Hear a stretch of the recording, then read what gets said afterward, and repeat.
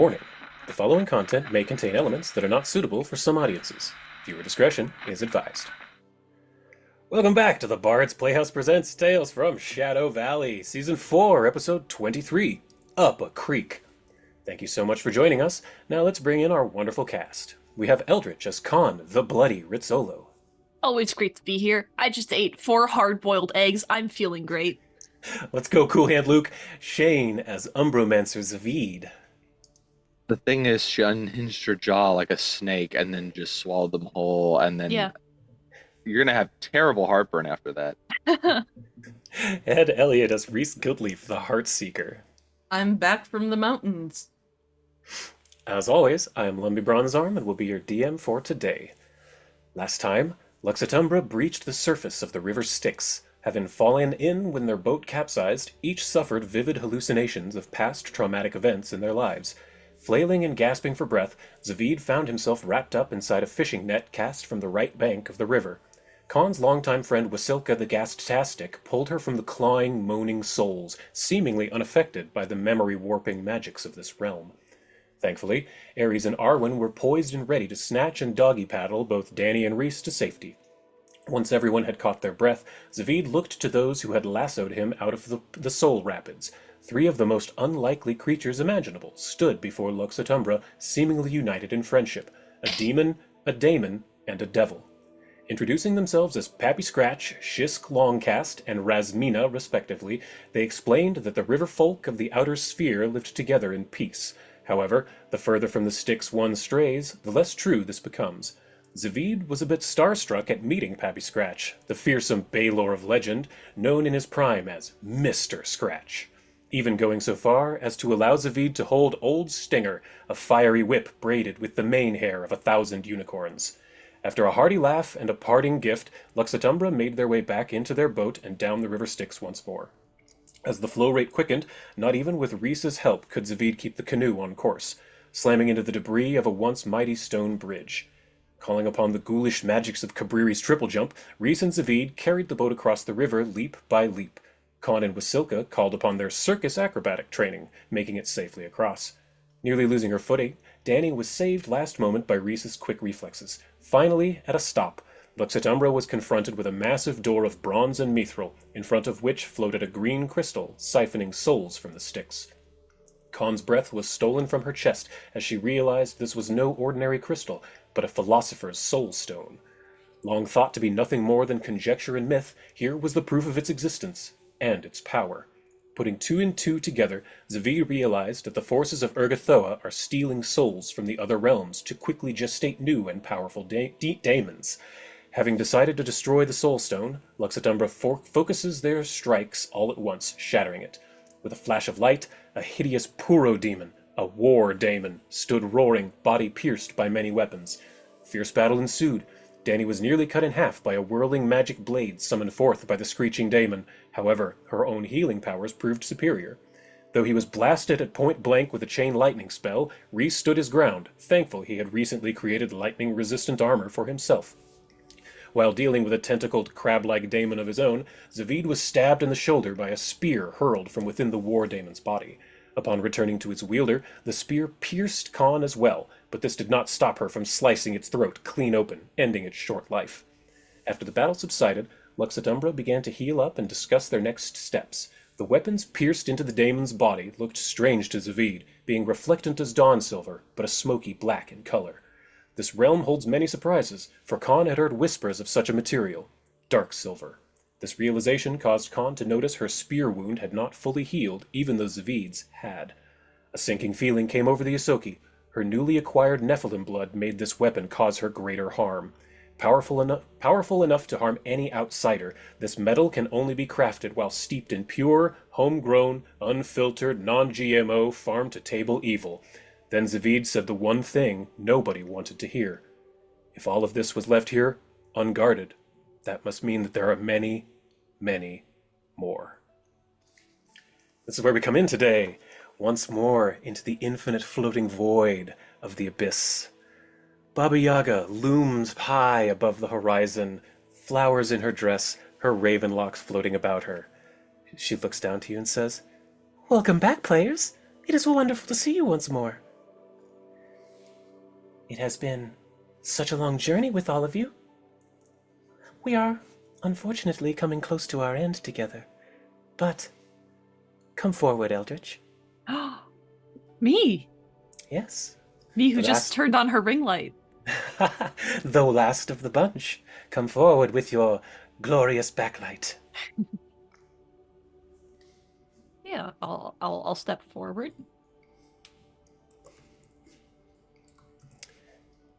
It There- seems...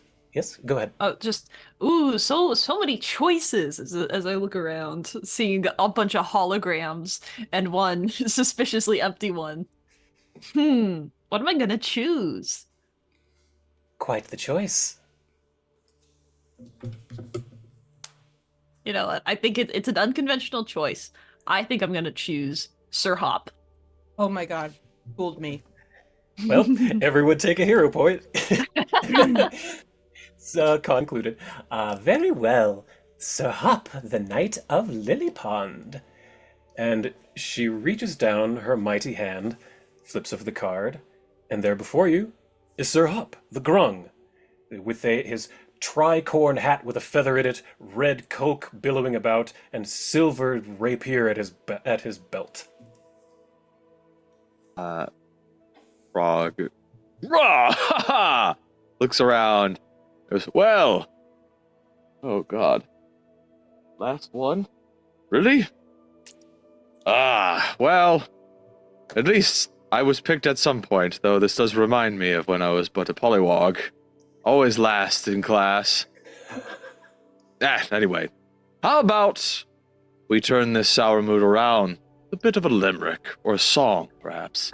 And he puffs out his big frog chest and he goes, Huzzah, hooray, the townsfolk said, to celebrate the swings of swords and spells and caravels of suffered mines and slings, and why Galarian is fraught, and whether rats have wings.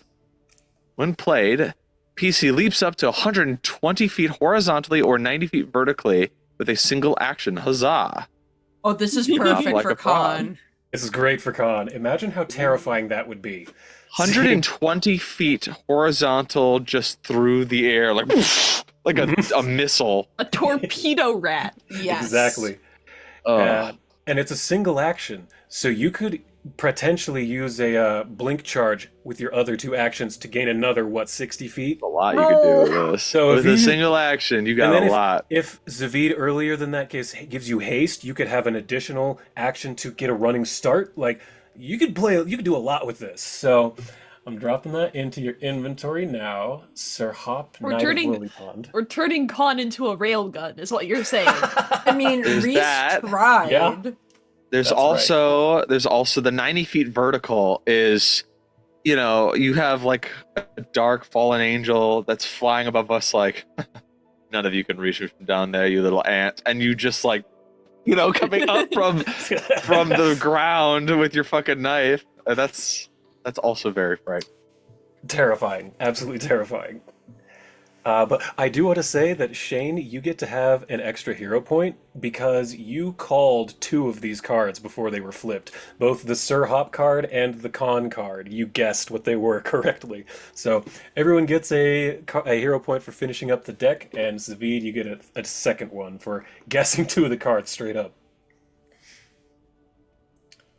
But, yes, Sir Hop, then he will fade away once into a blue translucent hologram. Wow.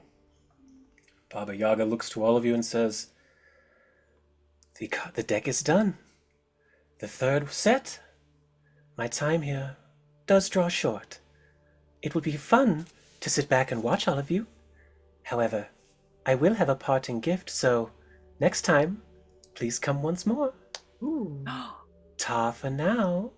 And Baba Yaga fades once more into the Before we go into the Yes. world, we're all here in this like fortune teller area as the last time to meet Baba Yaga. I want to look to you guys as me, and I'm gonna say, so is she real or is she like a character from this world that can talk to the real world?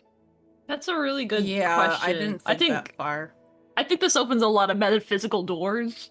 You know? Because she talked to our friend Eli like a All the puppet. time. And I'm thinking, I think that was Baba Yaga, who is a character in this world who is self-aware and has the power to transcend the world of Galarian and this make-believe world to talk to us. And that's why she's giving us aid, because if Rovagug wins, she loses in that world. That is true. I could see that happening. That's why we're not talking to Baba Yaga in the flesh, because she has to possess Eli in order to communicate with us. That's how the voice comes out perfectly. Mhm. That's what I think is going on. And Eli, don't confirm or deny this. Let's... I am the FBI. You know nothing and everything. Colonel Clink, I know nothing. But this is where we come in today. Upon the right bank of the river Styx, the normal flow of souls has been returned to it. Some, however, are creeping up and stopping at the door. Lux Et Umbra has killed this hideous daemon, the Puro daemon, which I will share its picture again. A large, buzzard-like bipedal creature with no feathers, weapons piercing its body all over. Speaking of, you have all said you wanted to take some of those weapons, correct? Mm-hmm. Yeah, Wonderful. splay them out, take a look. Con feels like it's the least she deserves for getting stabbed by it. Yeah, Absolutely. like, come on. So I'm linking a thing in the chat here in Fantasy Grounds called Dark Silver Weapons. Open that. This is what you have to choose from. There is all of them are made of dark silver. There's a dagger, longsword, scorpion whip, short sword, and spear. I want the scorpion whip, because what other weapon does Reese not have? I was just gonna say you may want to have Zavid take a look at that one because it's the only one he can use. Oh, never mind. He can have it. He can have it. Because Cabriri's sacred weapon is the flail.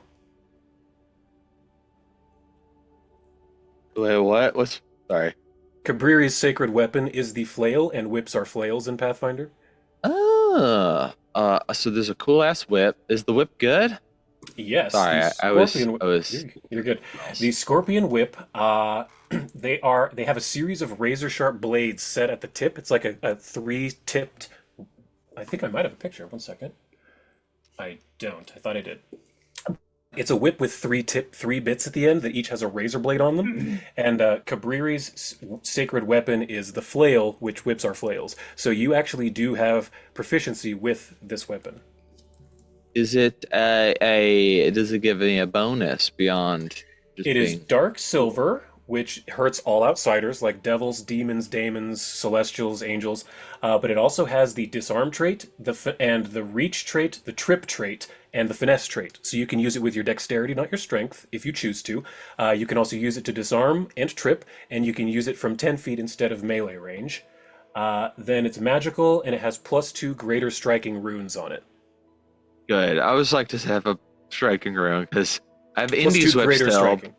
but the +1 striking rune on that one, it's not really enough to use it in battle. It's like usually not worth it. So I'm hoping that this will kind of make up the This difference. one a is little bit. significantly better. Yeah, it's a +2 Okay. to the attacks with the weapon, and then it's got 2 extra damage dice.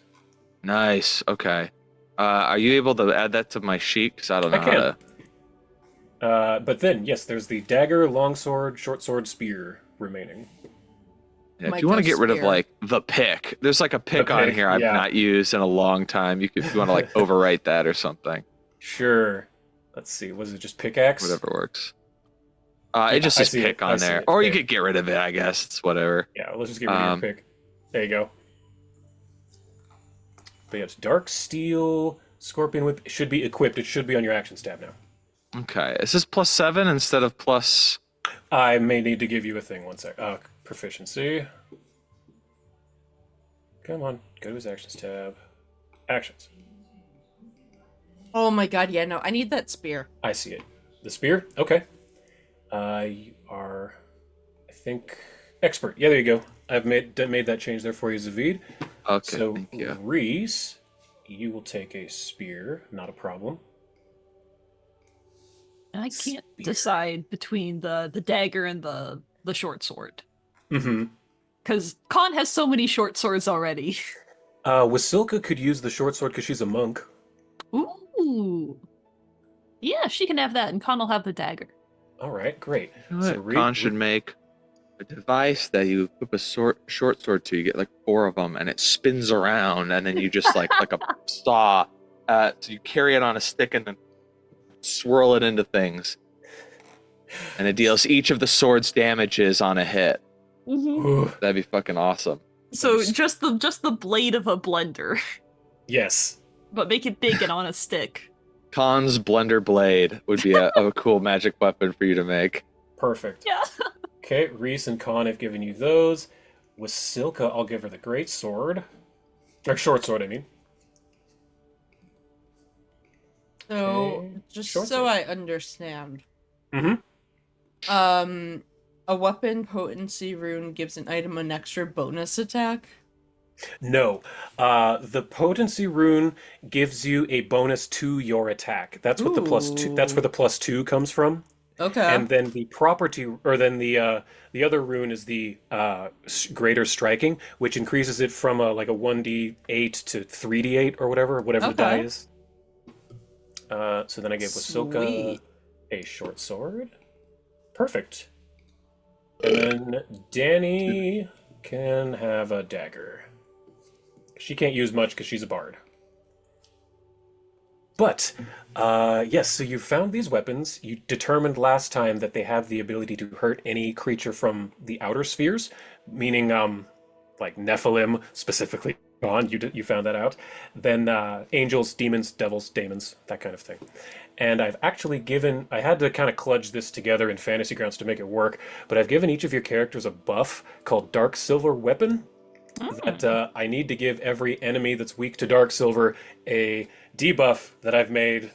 But they kind of work together. So anything that is weak to these weapons should take an extra 15 damage every time you hit them. Wow. Dumb question. Yeah. So, just say that Reese wanted to launch the spear with his bow. Would that be a possible thing? I think is it a long spear or a spear? I don't know. Dark silver. I think it's just a spear. It's a thrown weapon. I'd let you do it with a penalty Okay. because it's cool. Yeah. Okay. Just asking. Yeah, I'll let you do it with a penalty. So, firstly, what do you do with his body? Then, secondly, how do you open this door?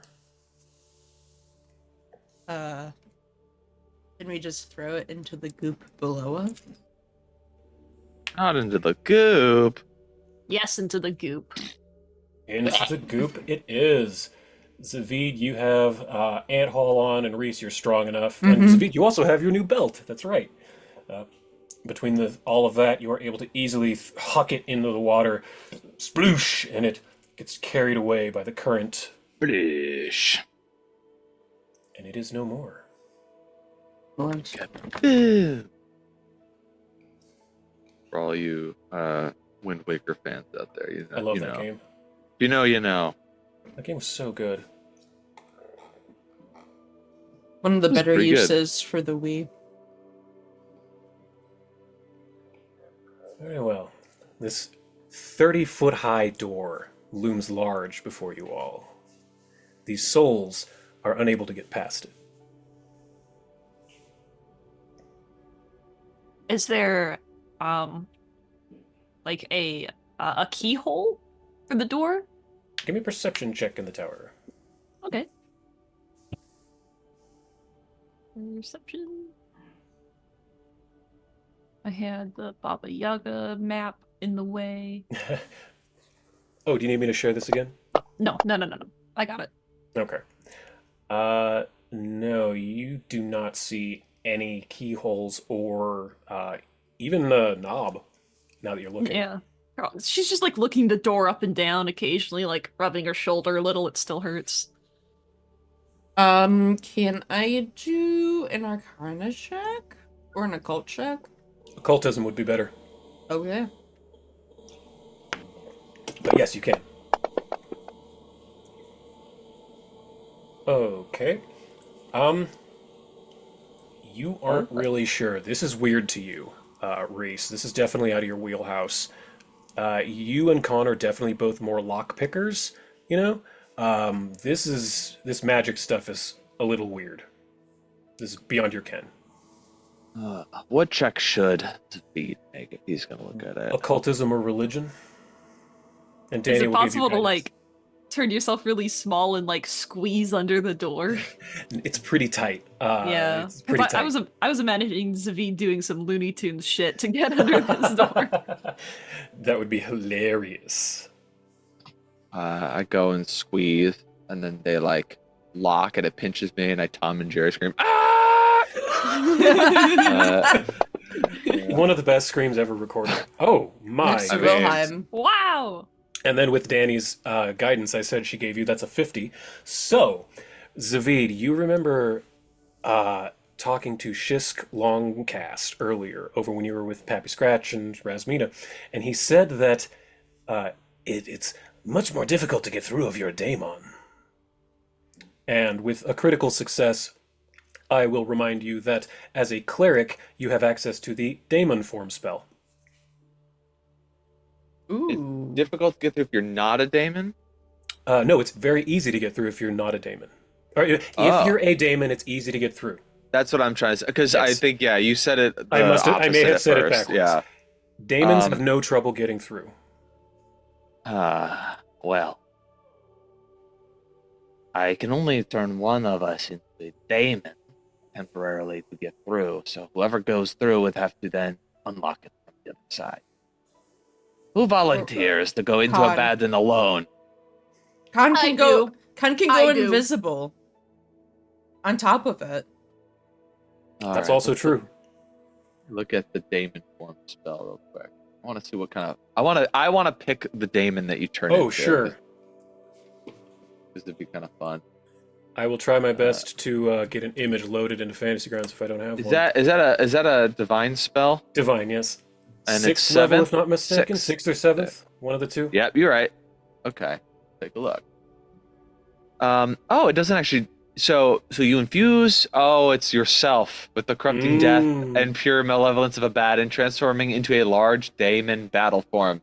You must have enough space to expand into, or the spell's lost. I have plenty of space. You have plenty of space. You can cast this spell or choose either.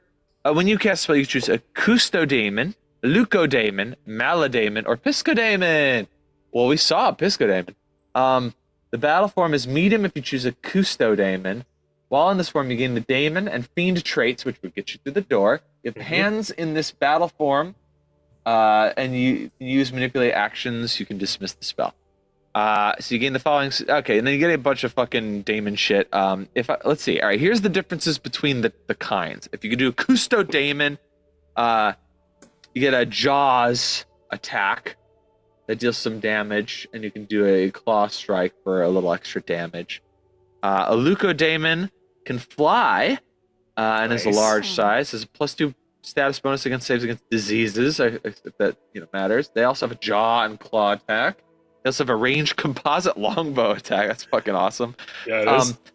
Maladaemon can also fly as a large creature. They have a 10-foot reach on their jaw attack. Oh, they actually all had that. And claw attack. I think Piscodemon has swim. Yeah, Piscodemon can swim. It can do bleed damage on their claw attack, and they have a grab as well. All right. Let's take a look at the Leucodaemon. That's the one I'm leaning towards. Ooh, yeah. Ooh, yeah, dude. Yes. All right. So here Yes. I'll share in our in Discord. This is what I'm gonna turn it into. Ooh. A Leucodaemon. And I can share it here in Fantasy Grounds for everyone and keeping score at home. It's It only lasts a hideous minute. Oh, Yeah. that is yicky. It's with the face of a horse's skull, what appear Yeah. to be maggoty wounds. Oh yeah. So let me. Yes, you take this over here. This As is great. I cast the spell, this is not a graceful transformation. The flesh on Zavid's face starts to slough off as it rots, and you see his skull elongate, very Beetlejuice style, into this horse skull. Open wounds start to fester and protrude these maggots as they spill out onto the ground. His feet combine, the toes combine into these cloven hoofs. His fingers elongate, but that's not that weird because of his stretchy body, but he just gets real gross. And then on the back, it looks like he's got these feathery vulture wings that kind of just hang down, that sort of burst out. And you see Zavid's flesh that had kind of come off just on the ground. It doesn't go anywhere. It's just there now. this disgusting, like, fetchling skin and flesh is just there. You see, like, his white hair and stuff is, like, mixed in. There's, like, a little tuft kind of poking out from the pile as he, like... And then, I have voice mod on. Let me get a little... Yeah. Where are you, voice mod? Here we go. All right. Soundboards, favorites. Oh, they got rid of all my favorites. Oh no. No. All right, don't worry, I got this. We're gonna find literally the demon. That would probably work, That would right? probably be good, yeah. All right, everyone. I'm gonna go in. I've got a minute. Wish me luck. Haha. How do you two respond to this? I really need to know your Yeah. responses to what you just saw and heard. Khan is gonna try not to throw up. Fortitude save, DC of 37. 36, I mean. Oh, 46 critical success. Con, you're a rock. Yeah, you keep it down, but she's just kind of like open mouthed, and then when, like, you know, the maggots start wriggling in his skin, she like closes her mouth. Just slack jawed, you know, terror. Yes. Yes, I know. I'm very frightening. Don't worry. It's still me, Zavid, your friend and companion. Ugh, that makes it We are worse. friends. Give me a hug. Oh! Just kidding. I have to go. I'm wasting time. And then he goes through the door. As you touch your claws to it, and almost as though you know how it works, it splits open. Oh, that's As so it does, cool. souls begin to rush past you, and for the moment, the door appears to be open. Quick, into Abaddon. Yeah, you heard the horse. Let's go. Wonderful. So, you run through the door with Zavid at the lead. I didn't even mean to rhyme that. And the first thing you notice is the smell. Ugh. It smells like rot, festering, petrid swamp water. Good. Ew. And before your feet is about 6 inches worth of standing, stagnant water. Oh. There are dead trees around you and terraced cliff faces. And everyone give me a perception check in the tower, please. Perception, por favor. So, by the way, I didn't know there was like a background sound that went with that. They made It's it cool. even creepier. It's very cool. Yeah. Yeah. Reese was just trying not to piss himself. Perception. There we go. In the tower? Or Tower, just- please, yeah. Yes. Barely had enough space. I Okay. accidentally did it not in the tower, I think. No, you all rolled in the tower. It's fine. Oh, okay, thank God. So, Con and Reese, you spot something. Well, all three of you actually spot this. You see that there's a rowboat about 50 feet away from you, and in the back, it is pulling another type of boat that's filled with crystals that look identical to the ones you just destroyed that summoned that war daemon. But Zvid, what you specifically notice is your necromancer's visage starts to flutter, and you spot an undead. And specifically, with your roll, you see that it is a skeleton that wears a thorned crown from which emanates a constant stream of blood that forms an armor around it. That is the coolest shit.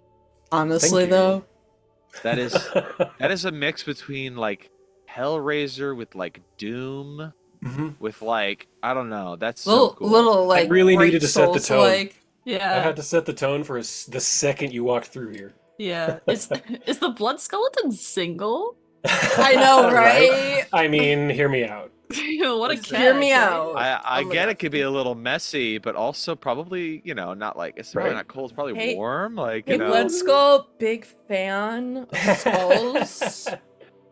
I drew you and made a sticker of imagine- you. Imagine Draw me you're a like one of your French vampire. ghouls. This is the perfect match. This is your match, right? That's true. You Yeah. That never would have be to the feed on perfect another vampire. person. But give me stealth checks in the tower before anyone does anything. Yeah, you got it. Oh, and before you do that, actually, Khan, as you walk through the gates to this place, you feel a wash of power. And Pipette leans to your ear and whispers, "We are finally here. My true home. I live within this realm.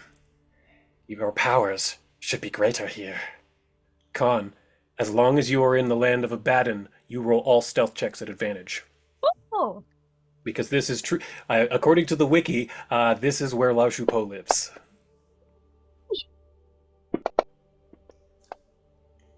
So, there. Khan, that is a...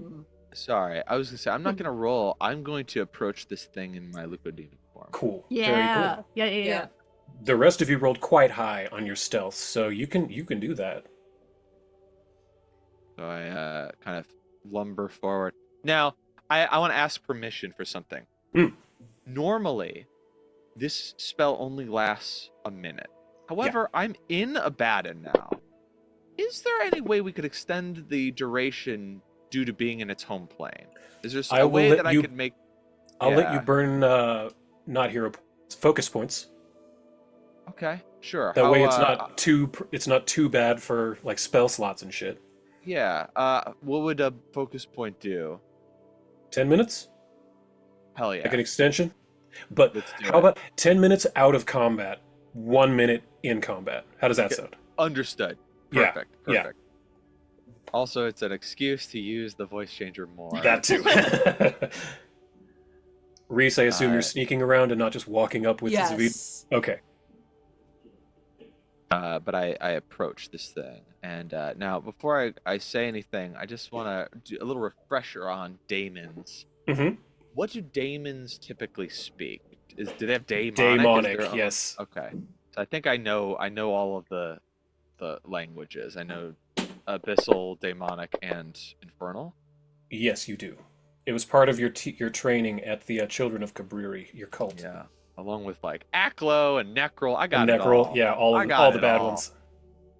So I am going to approach, and I will say, I'm not going to. I turned off the background noise. If you've got music playing, it won't get away. You there, guard. What? Oh, sir, apologies. I thought you were one of the lessers. And it gives you a bit of a bow. Enough of your deference. I am in need of information. I have been summoned by some foolish mortal for probably a week in the time it takes here in Abaddon. I need information about how Our Lady's plans have progressed. Yes. Well, the lady, as you know, has been gone for some time. We're unsure when she will return. And the Lord Shax is still hard at work. The crystals, as you can see, they flow. I am ready to bring out these when that one is done and filled. The pearl demons, they will flow. These ones are empty or filled? Yeah, they are empty. They are ready to be filled of the souls of the damned, and even the not damned. Very good. When do you switch with the next guard? Well, Once these 4 are filled, I take them back. Next guard will take over my post. 2 days, perhaps. Understood. All right. Now I've given people time to get into position. Yeah, go where you want to be. I've spoke loudly enough that everyone can hopefully hear. So this guy's alone, and he has no backup for 2 days. No one's gonna know if he gets destroyed. So I'm going to try something, and if that fails, I'm gonna need you guys to jump in. I'm gonna Got try it. to bind undead. Okay, Oh, hell he is yeah. not mindless, so he does get a saving throw. Yeah, But but I'm I'd gonna... like to expend a. Sure. Well, can I make a check to see what his like not challenge rating, but I guess level would be? Yeah, religion. Yeah. Before I go ahead and do that, basically by talking with him, I'm hoping he Mhm. gives me some time to appraise him. Oh, I was in the right tab there. All right, religion. Yes, religion.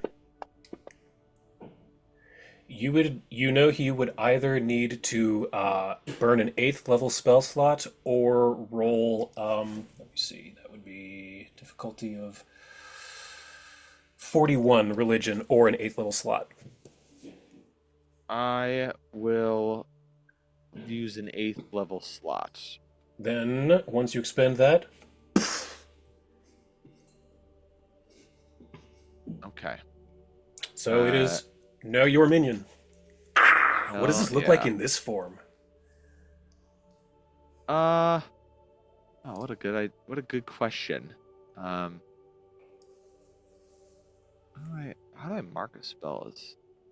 Just click the button next to it. Let's see, actions. Where is it? You've got 8th level.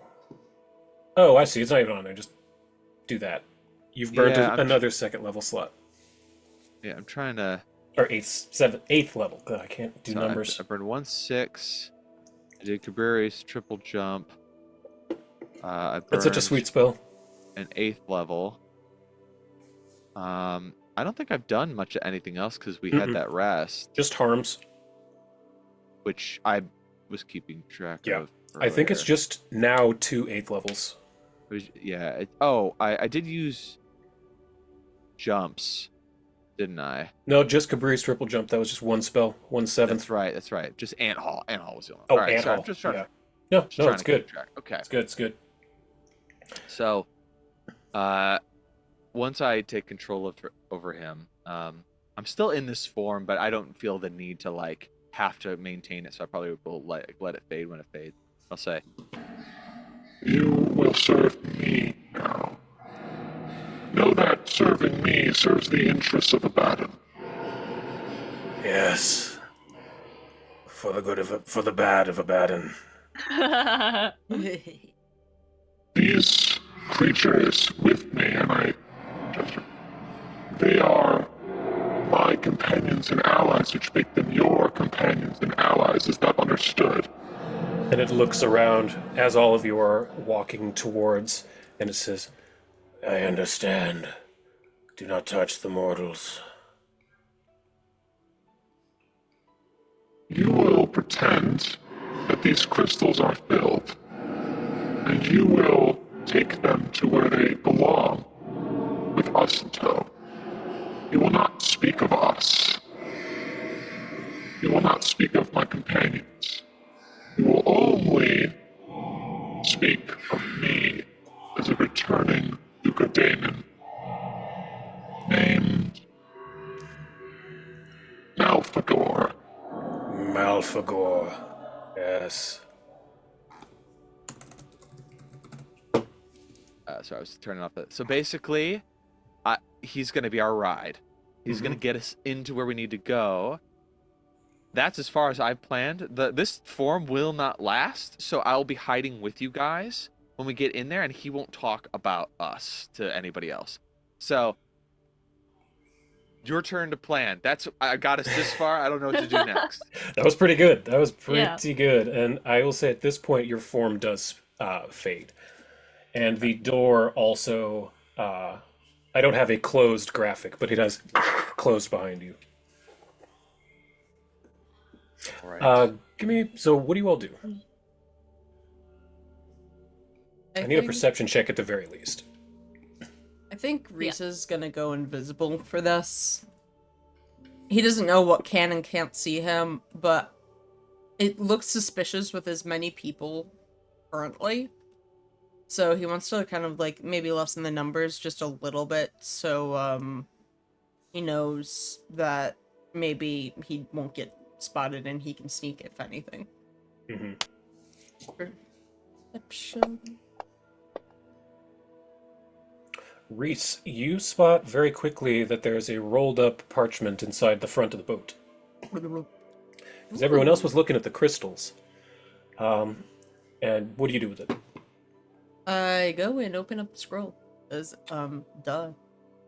It very quickly becomes apparent to you that this creature had a map of Abaddon. Oh, sweet! Good night. Oh, Good time for a fuck nat 20 yeah. there, Reese. Hell Look. yeah! 47, nat 20, critical success. You found the map, the map, the map. So, Where, where we you enter are, from? I will show you. Drawing mode. You enter Alright. from over here on the west. Okay. Uh, Charon's domain. Uh-oh. Cyrus domain. yeah, so basically, you know, after, well, let's see, let's see, what would that be to look at a society or sailing lore, I guess? Society. Hello. Yeah, sailing lore would work. That's maps, that's cartography. So, Zavid, could I get a sailing lore check from you in the tower, please? Yeah, sorry. No I problem. was like entranced by this map. It's pretty rad, right? I'll tell you, Uh, I did so much Pathfinder Wikipedia-ing for this. Oh my goodness. You both rolled very well. So you're looking here, and you're seeing that you realize that Urgathoa's domain is over here. It is it is a place called Blood Rot. It's deep under, almost under a swamp, like of a fetid, blood-filled swamp. However, you also know that Shax has been working at the Soul Forge, which you find here. Once again, thank Zavid for his natural 19 for a 45 crit. Jesus. Yeah, you both rolled really well.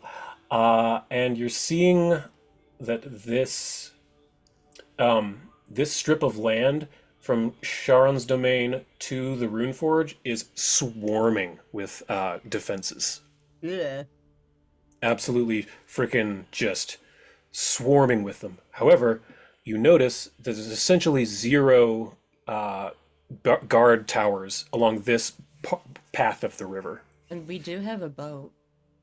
And you do Try have to a boat. go. We could go through the bile sluice. Mhm. Or, alternatively, it looks like if we go to the Mayor of Broken Angels, up this, That's the lake.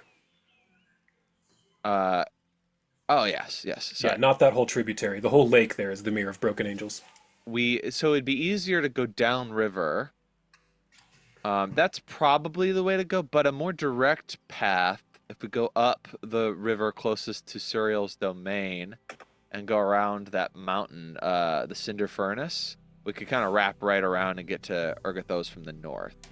Yeah, but That would I be a guess shorter does it, distance. yeah, does it matter if we go to Urgathoa or to Shax first? I'm just gonna straight up tell you guys above game, you're gonna want to go to Shax first because he's got gear you're going to need to take down the Shadow of Okay. Urgathoa. Okay. So- Yeah. Okay. So, what if... you will probably die if you go to Urgathoa first. I don't like telling you guys that, but straight up, Shax has You know gear what? you need. Also, can I? So who's all with us? We've got. All right. Wasilka, Danny. Oh, all right. Well, I mean, this is our ride or die then. I was gonna say, what NPCs do we have to say? Like, hey, this is your opportunity to turn back. Oh, Wasilka's with you. She already died for you guys. She's literally a ghoul or a ghast or whatever, and Ghast. then we've got Danny, who's, of course, she's in it. She's in it. I guess I want to talk to everybody. Like huddle up. Yeah. Huddle. Be like, all right, listen. everything up to this point has been easy. Axis was like a city, just like a regular city with like a mafia, but big deal. The river has been sort of treacherous, but nothing we haven't seen before. We are going into a realm where literally everything is an enemy. There is no safe place. There is no allies other than Lao Shupo, who might have a safe house, maybe, if we're lucky. We're mortals in a world of creatures that want to use our souls for either consumption or to empower themselves or to just add to their ranks. We have to be more cautious, more careful here than we've ever had to be before. One wrong decision could lead to the end of everything. And in this place, any patron gods we have that are not the native here might not have the power to bring us back, considering how closed off Abaddon is right now. This is perhaps the most dangerous mission that we have ever done, and save for keeping Rovagug asleep, it's probably the most dangerous mission we will ever do. Are we ready for this? Yeah. No, I say we go to the vial, park the boat, head to Shaxx, come back, then go around to Urgathoa. From the way that this looks. Never been more ready.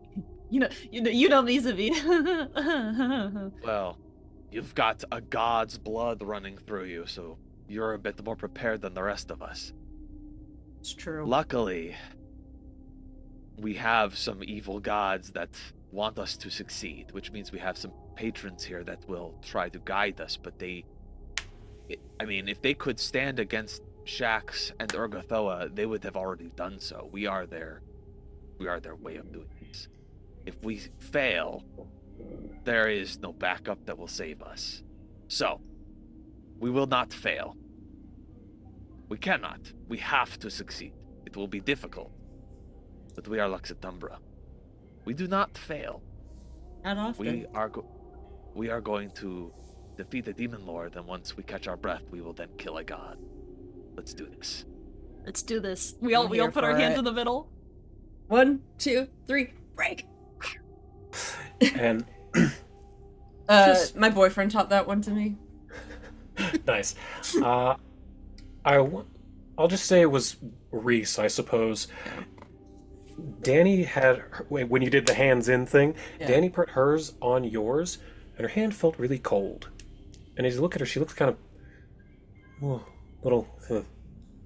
Oh, that's weird.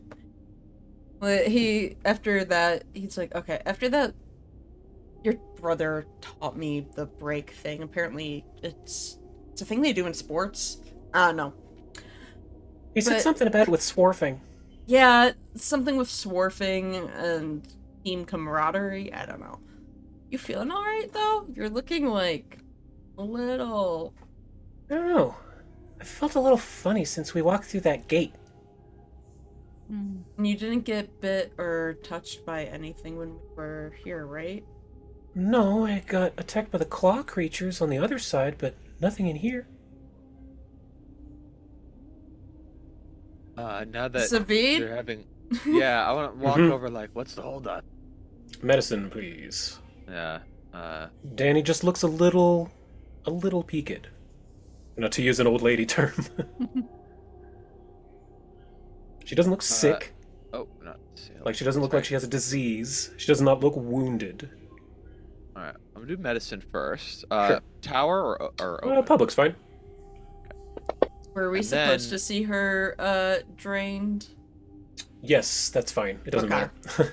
matter. That's high enough. Yeah, something seems odd with her. She doesn't seem sick. Like I said, she doesn't seem hurt, injured. She just looks a little peaked. Give me a religion check. I was just about to ask. I'll do that. I also have lore on death. I never really get to That use would be one. better.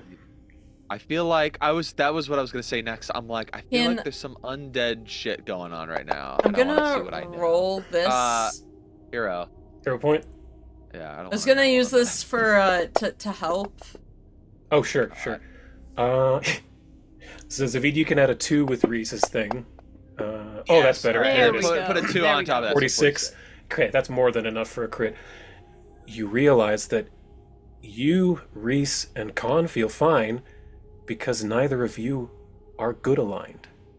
Danny, however, follows Shelin, Oh. a chaotic good god, and she is a goody two shoes, as many of you have called her in the past. And she is now in a land, as you said, of great evil.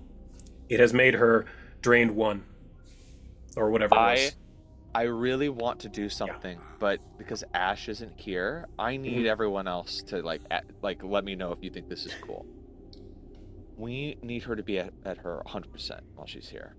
And right now, she's dedicated to a chaotic good goddess, and that is actually a detriment. Where does Zon Kuthan live? That's a great question. I'll double check. I think it's the Abyss, but let me look real quick. I don't want to give you wrong information. Zon-Kuthon. Zon-Kuthon. Come on. Load faster. Realm. Oh. That's the wrong page. Come on, take me to the wiki. His realm is the Netherworld. That doesn't tell me anything. Shadowplane. Shadowplane. The plane of shadows. Interesting. I have a spell that allows me to go there. Just me, and I can come right back. But she can do that too. Oh, yeah. So, I would like, before we head out into this, I think we need to beseech Zon Kuthan's help. And I have 2 reasons why I think this is the case, that this will work. First, he is an evil god, so having his favor, for her specifically, might be enough to undo Shalin's influence and allow her to be okay in Abaddon. And I think he'll do this because he was one of the evil gods that was against Rovagug the first time, so we know he would be against it a second time. And 2, Zon Kuthan famously is Shalin's brother, and they have a complicated relationship, and I think a follower of Shalin beseeching him for aid is that is Funny. irresistible. He Mwah. has That's true. to corrupt one of Shalin's followers. He has to do it. I So- fucking loved that personally.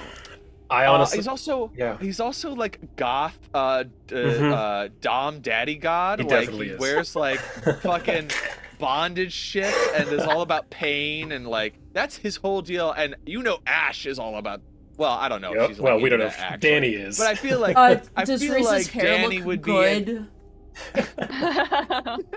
So, For the reference of anyone watching, Zon Kuthan is basically the Hellraiser pinhead guy. Yes. But yeah, Shellin's brother. Well, Yeah. he's hardly daddy, I think. well, Bring back the He skeleton. is- Bring back the skeleton. Yeah, the skeleton is daddy. This is master. I'm sorry. well, Look I don't at know. those chains. I literally don't know the difference between these things in that world, so I'm just gonna assume you're right.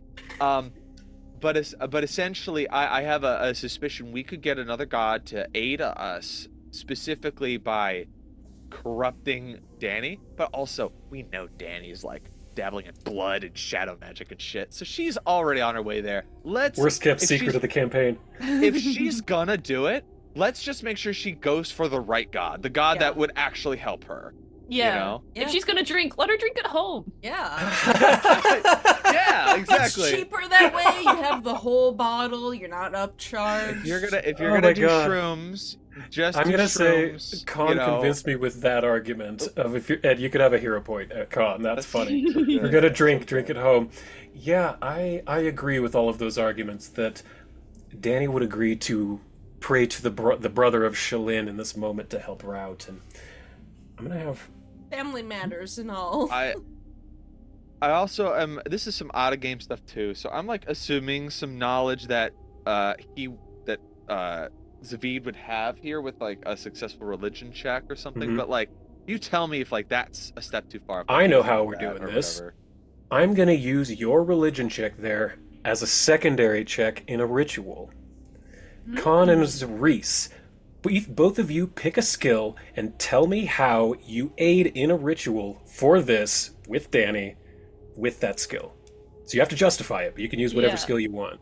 This is a ritual to reach out to To Zon kind Kuthon? of have all of you kind of work together to beseech Zon Kuthon to help Danny not be taking the negative effects of being a good worshiper in an evil plane. I Okay. think society is obviously the one for Reese. Because the thing is, he grew up with his dad. He's seen all sorts of entities and everything, and on this way to here has encountered many different kind of like experiences with good evils, so to say.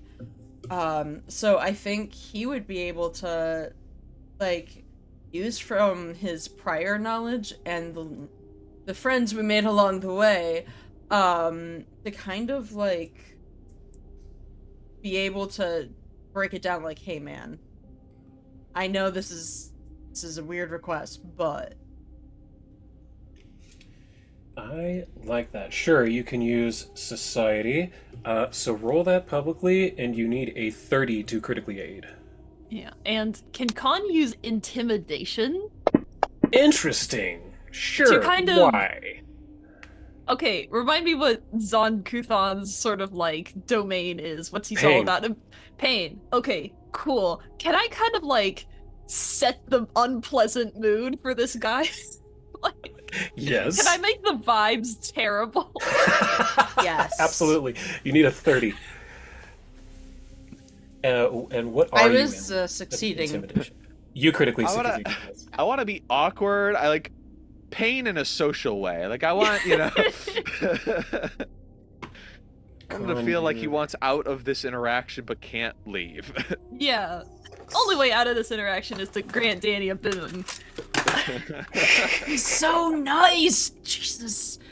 So yeah, you need a 30, Con. Easy. Yeah, right. Oh, Holy Why are shit. we 39, rolling yeah. like so good today? that was great. Then The fact that- Wasilka- Okay, but Reese only rolled a 5 and got a 36.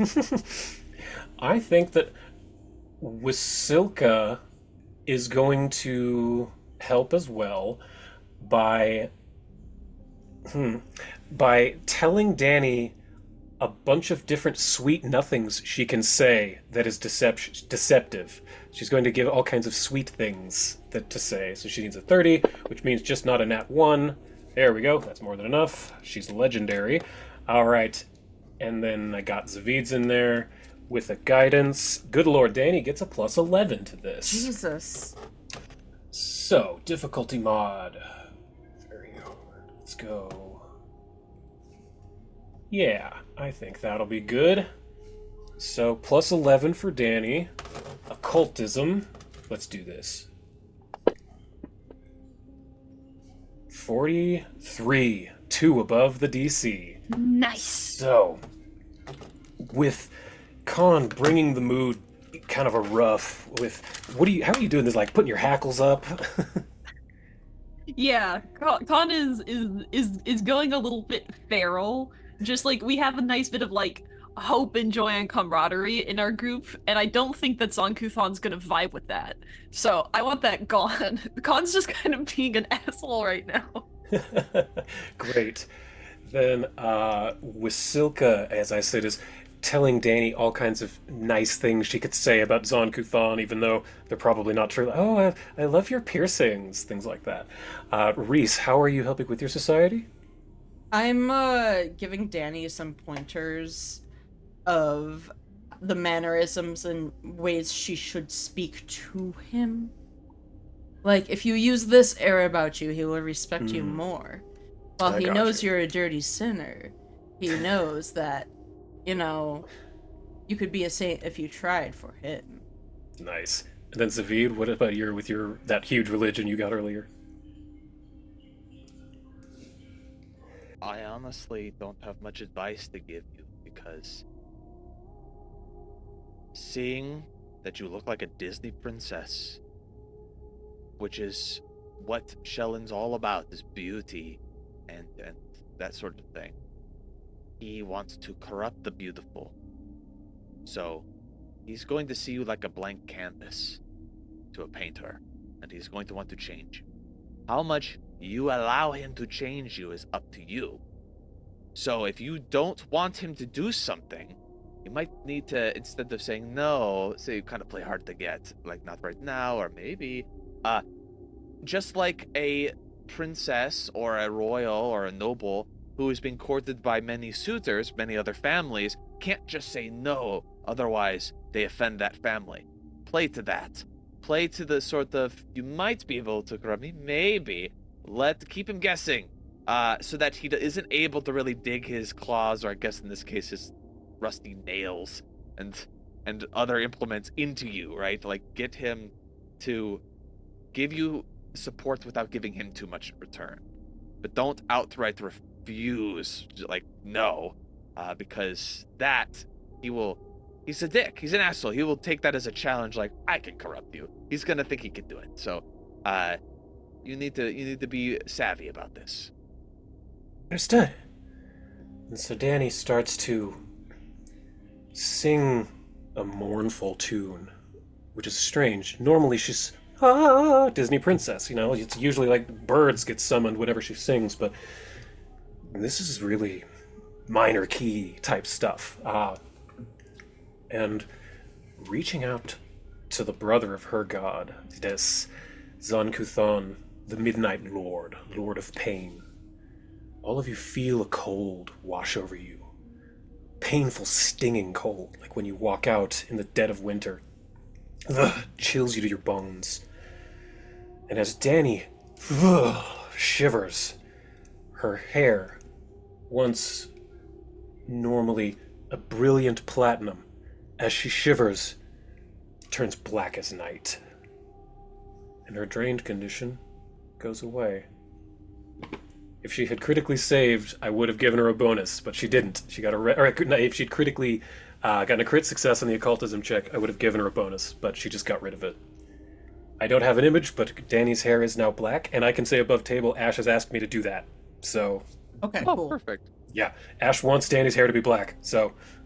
That tracks. Hair dye wasn't enough. We have Yeah. to make it magic somehow. So, Goth queen. Yep. So, I know for sure she's okay with at least that part. Okay. She's, cool. not okay. We just wear her out. Is how you say not okay? Is that Not that's okay. like almost a Jeff Goldblum Yeah. way of saying.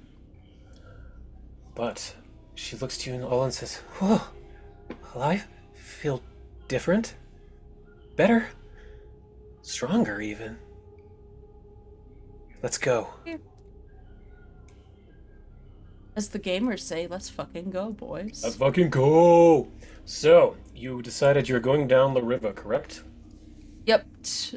I think the way that, unless anybody wanted to disagree, Reese suggested go to basically that Biles or whatever it is, that lake. The bile sluice. Yeah, the sluice. We'll go to the sluice, and then we'll go to Shax, and then we'll go to Urgathoa. But I think like pit stop at the sluice if we can. Like this weird German. And then we'll go to Urgasoa. And now, since you've got this moment of levity kind of happening, I wanted to point out that all of you remember what happened in each other's memories when you fell overboard into the Styx. Yeah. Oh. All of you remember that. Ooh. And the other thing is, each of you can tell each other or me how much of what happened is canon or not. Zavid's, I think, was the least canonical, if I'm not mistaken. Mine for Reese was, it was mostly true, but that's not how he ended up getting enlisted. It wasn't that moment. It was essentially like they caught him at a later point. But it was like a Robin Hood type of situation where it's like, or Flynn Rider, have you seen this man? And for a while they got his nose wrong. So it was hard to find him until they actually got a real artist, and he was screwed. Sure. Reese But yeah, definitely feels like a just taller, more muscular Flynn Rider. very much, it seems, yes. And not almost like a Sanji, but not as like useless Malwife. For those who GG. understand One Piece. As you're going down the river, talking to each other, the river starts to narrow, and it gets the opposite of deep, shallower and shallower, and to the point where it's getting more difficult to row your little canoe boat down this river. And I'll share this now. There are many trees. None of them have leaves. They're all very barren. And everyone give me perception checks in the tower.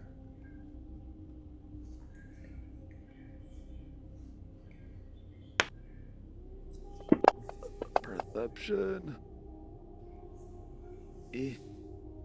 Eh.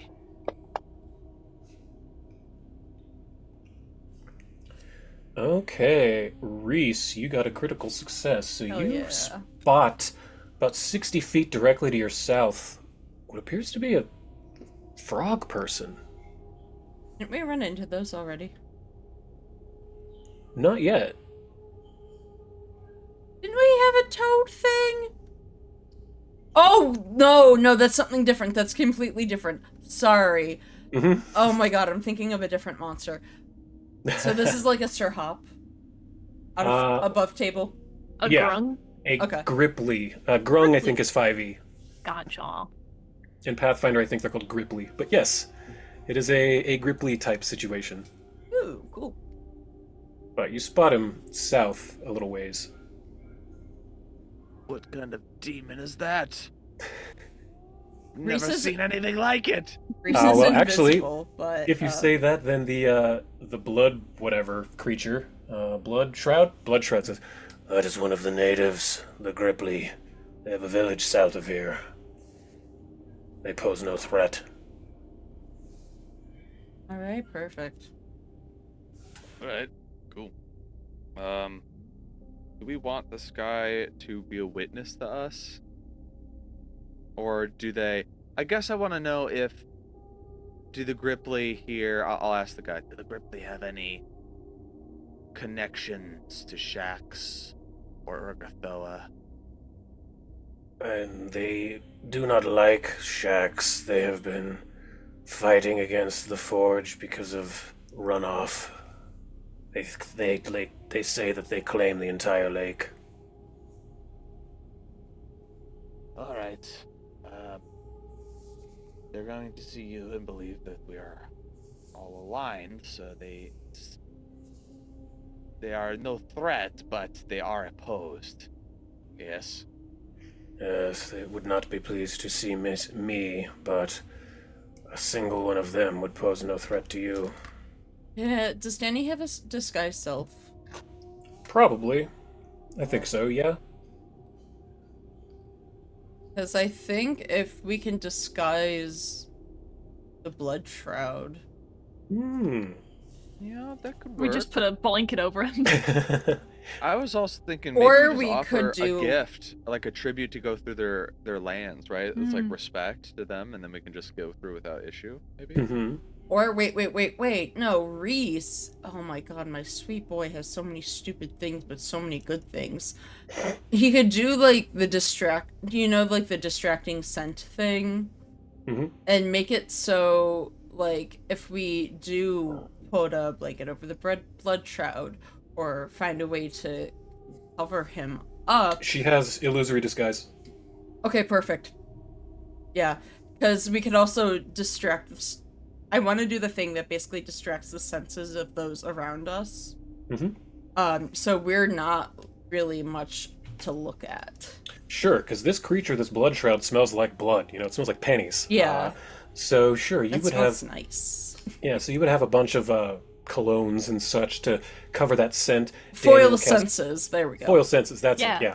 And Danny will cast disguise or an illusory disguise on the blood shroud to make it look a little more human-y. But yeah, you were able to do that, and it has not spotted you thus far. The Gripply. Okay, perfect.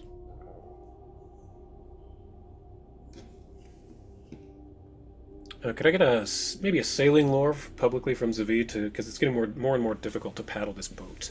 Sure. What, Lord? Sailing? Let me Sailing. help him. Because I can Okay. I also have sailing. That's true, you do.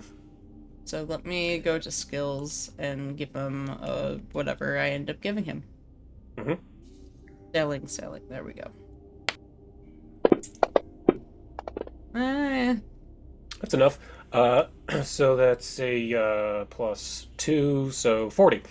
Even 40, not bad. So you're able to get this thing down the stream a bit, but you can't really do it with much stealth.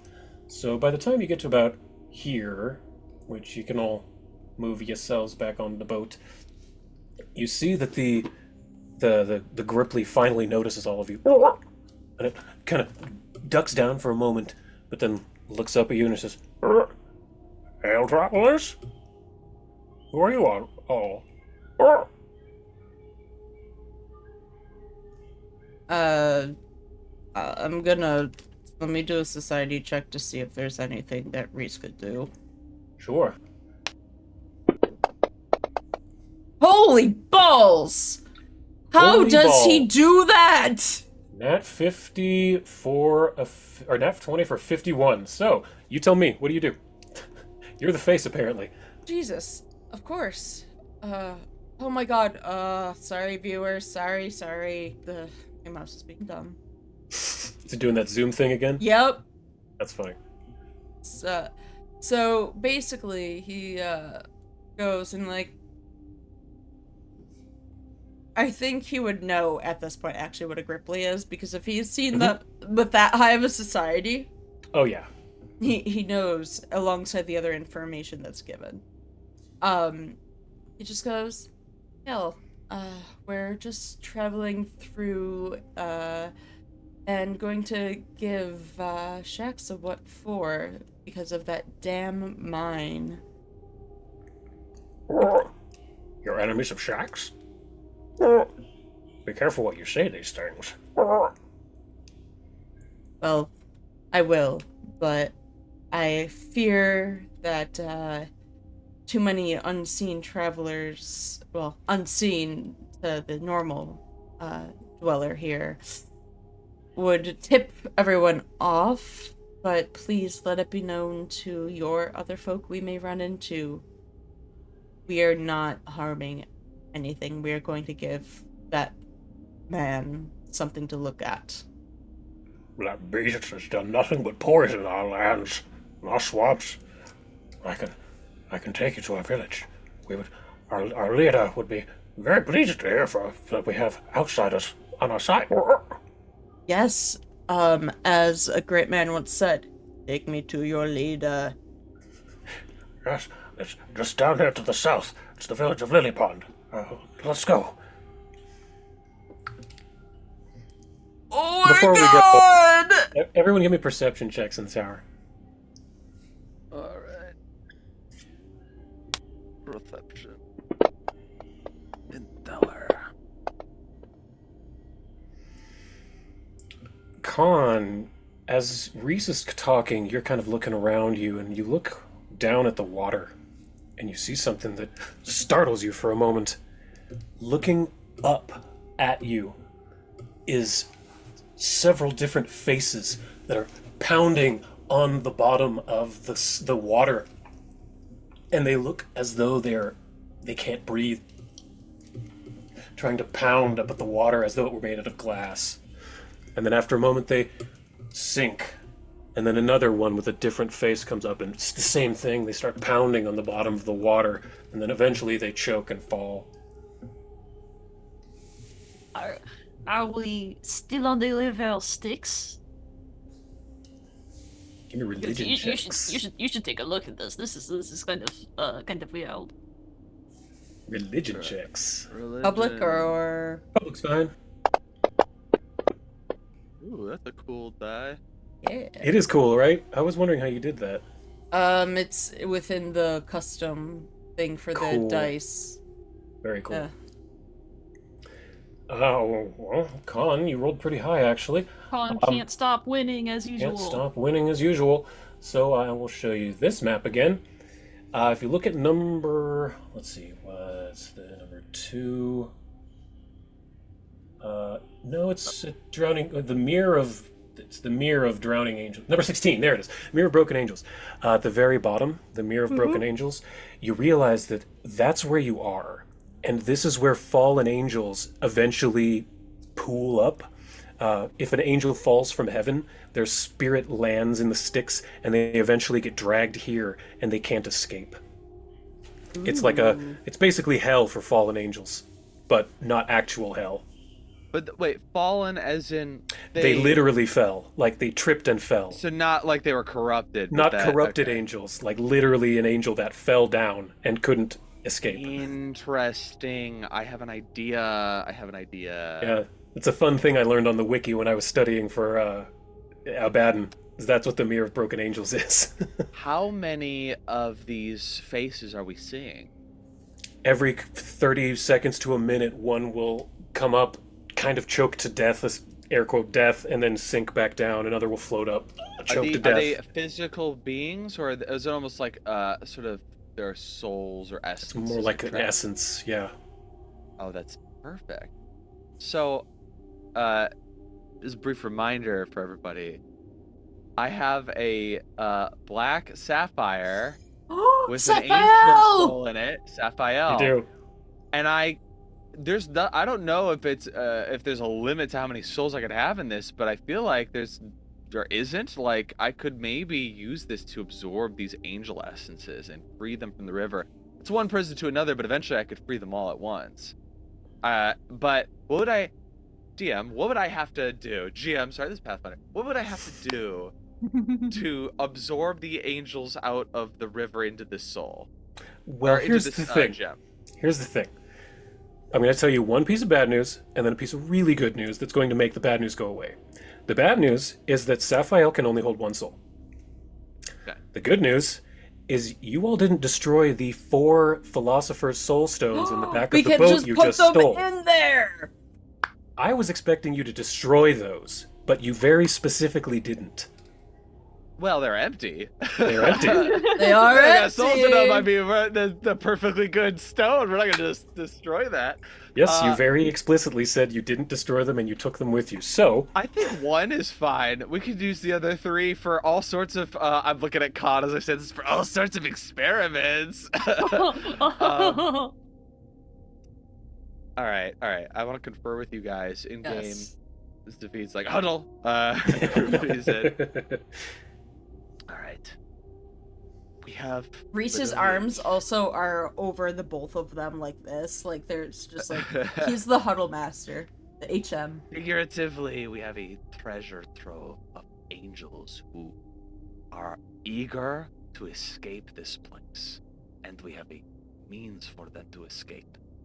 We can't just reach our hands in and grab them, but we can put these stones in, and using the same magic they used to absorb them from the sticks, absorb them from this air here.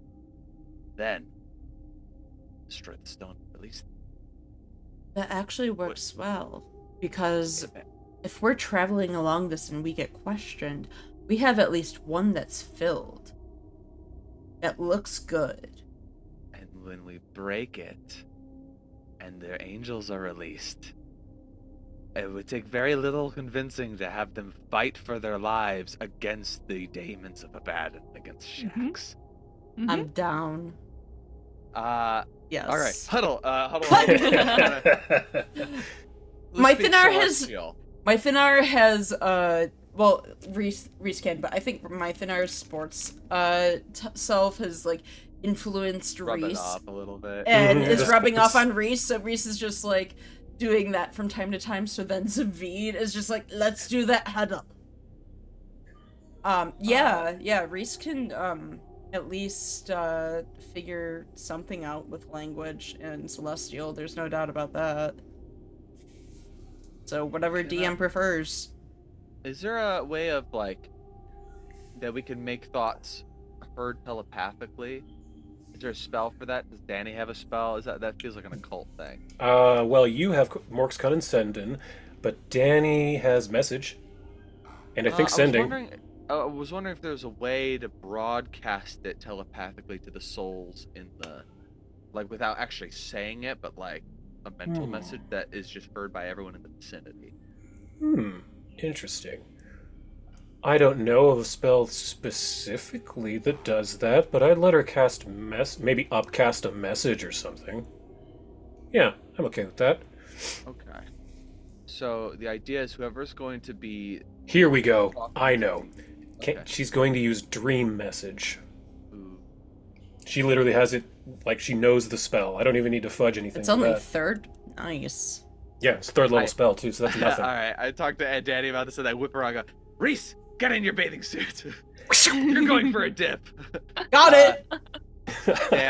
Danny will use then this spell, I guess, to like, you get in the water, which probably because of how tall you are, normally people would be like up to their neck, but you're just like, Yep. it's like up to below your pecs, and then puts you into like this dream state. We take like one of these. I'll use Anhall. Take one of these crystals and sort of submerge it next to you, and then have you broadcast your message in Celestial to all of the angel souls. So not only is it quiet, anything that is in the vicinity that might be getting this message is in Celestial, so most things wouldn't understand. Only the angels would. So, what do you say to the angels to convince them that we have one shot, one opportunity? Will they capture or just let it slip? One chance in a lifetime. You gotta lose yourself sometimes in that moment. Anyway, I wanna hold on. Oh, there we go. Okay, cool. I'm just opening up a nice PNG for the chat and everyone Nice. else looking at home. So yeah, we're gonna just bigger is better, as I say. Anyhow, he it's like bathing suit. Got it. He already has his speedo on. Like, he is good. Yeah. So he's like, me? Tearaway pants. Tearaway pants. It's like, me strip? Okay. Like, that's hard. And he goes and tries to literally just punch his head underneath so he could see all of the souls, and he speaks out to them and tells them essentially what the plan is. All right. There we go. So you say this as this magic courses through you from Danny into the subconscious waking dream that is this eternal torment for these angel souls. And you can see that as they're gasping for breath, pounding at the bottom, I suppose the top of the river, they do look at you with confusion and desperation. Yeah, do I have to roll anything to convince them, or do you think that somebody... Just roll a society to see if you remember enough Celestial to say it. Because you were trained in Celestial at one point, but you have since switched that to lore or something or other. Oh, 40, that's enough. You recall more than enough Celestial to get that message across. Yeah. And so you said you dipped in with the stone? Yeah, I dipped in with the stone and told them the plan. I wanted to make sure, like, I wasn't just a floating torso that was speaking to them. So yeah, that's true. So, yeah, he easily takes one of the stones, dunks it in the river like a bath toy, and speaks for everyone to know. Get into this, I promise. It is better than staying here. And they all begin to look at each other, and gasping, they dive towards the stone. And all of these souls, winged creatures, choking and gasping, swimming with everything they have, begin to absorb into this stone as it glows. I'm just imagining that scene from Hercules of souls that were like clinging on, and Hades is like, ugh, get off me. Get your filthy souls off of me. Yeah. Yes, but you were able to, after a minute or two, it seems that the souls come to a slow because there are fewer and fewer of them. But it feels like you weren't able to count, but dozens, maybe 100. Okay. Suddenly, Reese emerges again from the surface, and he's gonna bring the thing on the ship. He's like, I got as many in here as I could that were willing to come, so there should be at least 100. 100 angels is more than enough. Good. All right. Good. He's gonna give back his clothes. They know that they will have to fight, but for a chance to free them, I think they're desperate enough to do anything they need to. Especially if it's within the ethos of angels to destroy evil. We basically are. It's like giving a dog a bone and saying, "Eat it if you want." Of course they're gonna eat it. They're starving. They need that bone. I'm just excited. I'm so excited that we have maybe another thing, another tool that we can use here. How's the Gripply doing? Oh, that was incredible. I've fished these waters my entire life, but I've never seen any of these souls escape. You have to kind of numb yourself to their cries. Maybe you won't have to do that for too much longer. That would be lovely. To see life come back to these swamps again. Oh, remember, don't drink any of the waters. There's so much poison running off these days. Don't worry, I held my breath. But, yes, my village is to the south. We can, these are dangerous places to be out in the opens here. Let us go. Excellent. And sweet, I'm able to make the boat move all at once. Cool. Not that particularly matters. So, Oh, by the way, my name is River Maya Jellystone. It is nice to meet all of you. It's nice to meet you as well. I hate you. So, Rivermire leads you down the river a bit of the ways, and you do notice that it gets greener and greener the more you go down this river. And I don't mean the plants and vegetation, I mean the water gets greener and greener. It's foul smelling and fetid, acidic, and stings your nose. But eventually you do reach what appears to be a village that has many wooden walkways spread all about. Up in the trees, there are homes that appear to be large tree houses that are hung from the treetops above, but there are also shacks that dot the wooden walkways here as well. Oh, I need to put you on the map. Right about there. And okay, cool. Then I can share this with you. And this is where you are. And Rivermire says to you, Well, welcome to Lily Pond.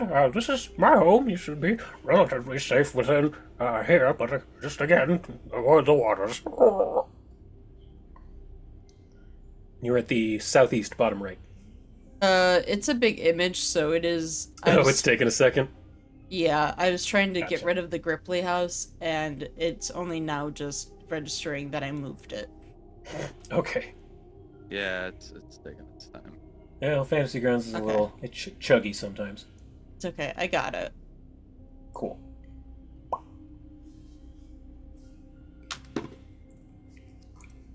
But, yes, welcome to Lily Pond. I do believe our leader, What did I name him? our leader, Grublord Kamat, would be most interested in meeting you. Any enemy of Shax is welcome in our village. Yes, well, we have to have a world with shacks. We need to do something about all of the, all of the machinations that are going on. We've noticed months ago that he moved in. It's been terrible. Look at our waters. They used to be so clean you could see the bottom. Now they are gloss. Yeah, that's Well. putting it lightly. Were the angels always in there and it was clean and you could see them better, or now is it Yes. murky? That is exactly it. You could see them better before.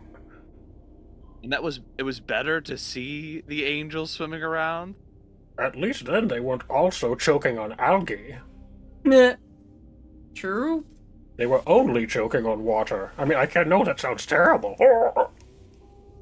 Little bad, yeah. But when you put it like that, it's a little bad. But Yeah. come. Hopefully he will see you. Our leader is a very private man. He does not usually like being bothered, but I think in this instance he'll make an exception. And Rivermire Jellystone runs to the center here where there's a large open pond, and he leaps in for a moment, and about a minute or so passes, and he jumps back out and says, Oh, I think he'll be coming to see us. Just give us a moment. and a moment later, you start to feel vibrations beneath your feet as you see ripples in the water in front of you. And cresting from it, you see a stalk with 3 eyes first, like a submarine periscope that pops up that has 3 eyes on it, like the fish in The Simpsons.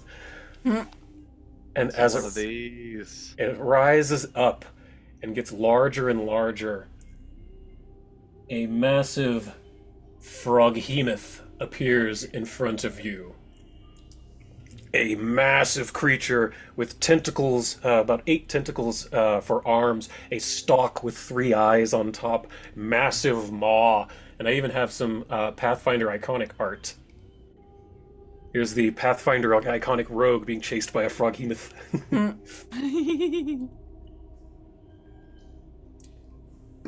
But the large creature, did I make it visible on the map? Yes, I did. Crests the water, looking down on all of you, comes forward a bit, says, "Welcome to Lily Pond, strangers. I am Grublord Kermot. What brings you to our lands?" Oh, I caught on immediately. I was just wondering if you were gonna do the voice or not. You caught it with Grublord Kermot? Yeah, there's a point. I know you're gonna watch the VOD, but my eyes are gonna go. Yeah, Kermot the Frog Hemoth. Reese got the society check before, so he's gonna be speaking. That's Like a fine, yeah. behemoth. We could roll that over. Yeah. Reese just goes, "Oh, your greatness. You are looking marvelous today. All of your eyes shining beautiful." I appreciate the deference, strangers. What brings you to Lily Pond? Well, there is the guy that is over there in the tall ass mountain mine forge. And we're gonna destroy him. We want to kick Shaq's ass. This is what Rivermire said, that you are enemies of Shax, Yep. He is the one who did this to our lands, to our swamps.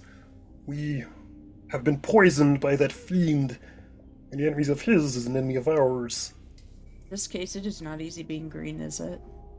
And there is. And this is starting to be a little Carl Sagan than I meant it to be. Well, do you have something that would help give us the rainbow connection? I do believe I could send someone with you. One moment. I will summon my guardian, my greatest warrior. And Grublord Kermot, his what do the frogs have? They call that thing, that pouch that expands when they ribbit. Is there a word for that? Whatever. There must be. The pouch that expands when a frog ribbits gets large as he lets out a loud bellow. And from the water, Nope, that's not it. Where is the correct...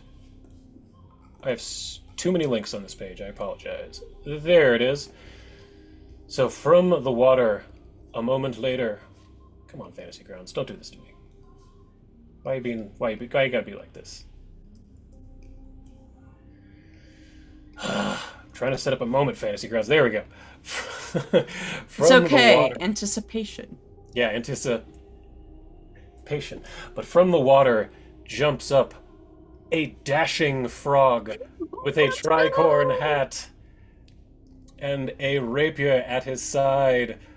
Interesting coincidence that it happened to be the day you got the Sir Hop card. Didn't plan that. You guys just happened to get to Lily Pond the day you picked Sir Hop.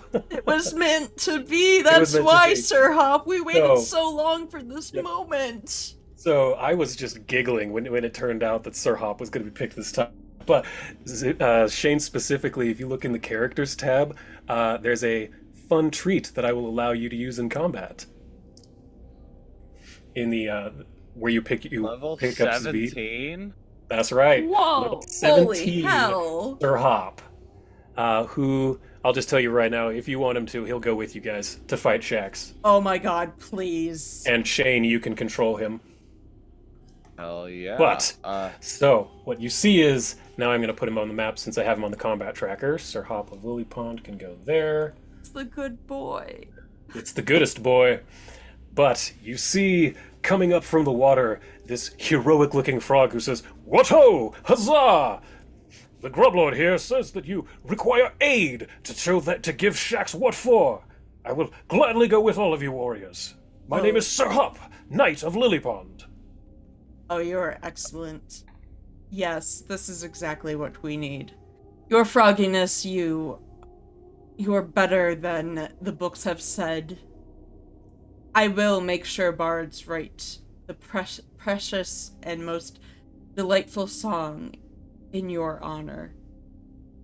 Well, just don't let the bards forget how to get to Lily Pond.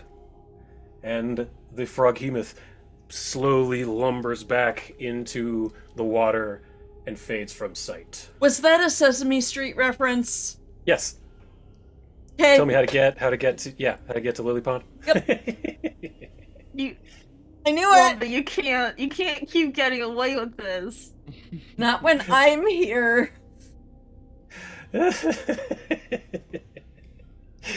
dare you add whimsy and delight into our Pathfinder game? How dare you make us smile, you sick son of a bitch. I figure we're in the land of evil, and plus shit's about to get really bad, so I needed to put a little levity. That is so fair. Shit's so about to get good. bad. A Abaddon, you would say? Yeah, shit's gonna get Abaddon real soon here. So, You open the map up for me again. I can. Yes, decrease here is sharing Lily Pond with you.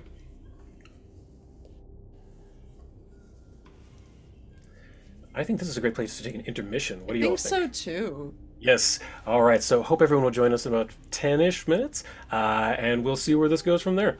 See you shortly. Bye.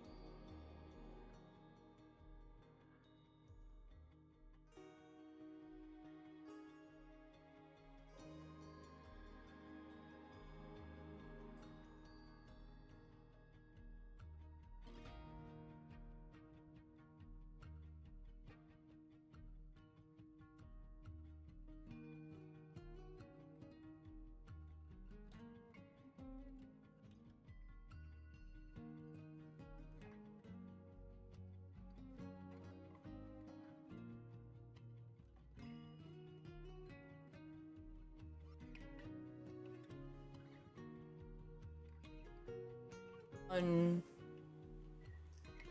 Welcome back. Thanks for joining us. We're back for intermission. Where last we left off, Lux Et Umbra had finally entered the realm of Abaddon, the realm of Urgathoa herself. They'd taken over a boat from an undead, stolen a bunch of Philosopher's Soul Stones, made their way down the river, noticed that the river was acting as essentially a prison for angels, captured the angels in the Soul Stone, met a frogman, went to his village, and was told that they were most welcome as enemies of the Demon Lord Shax.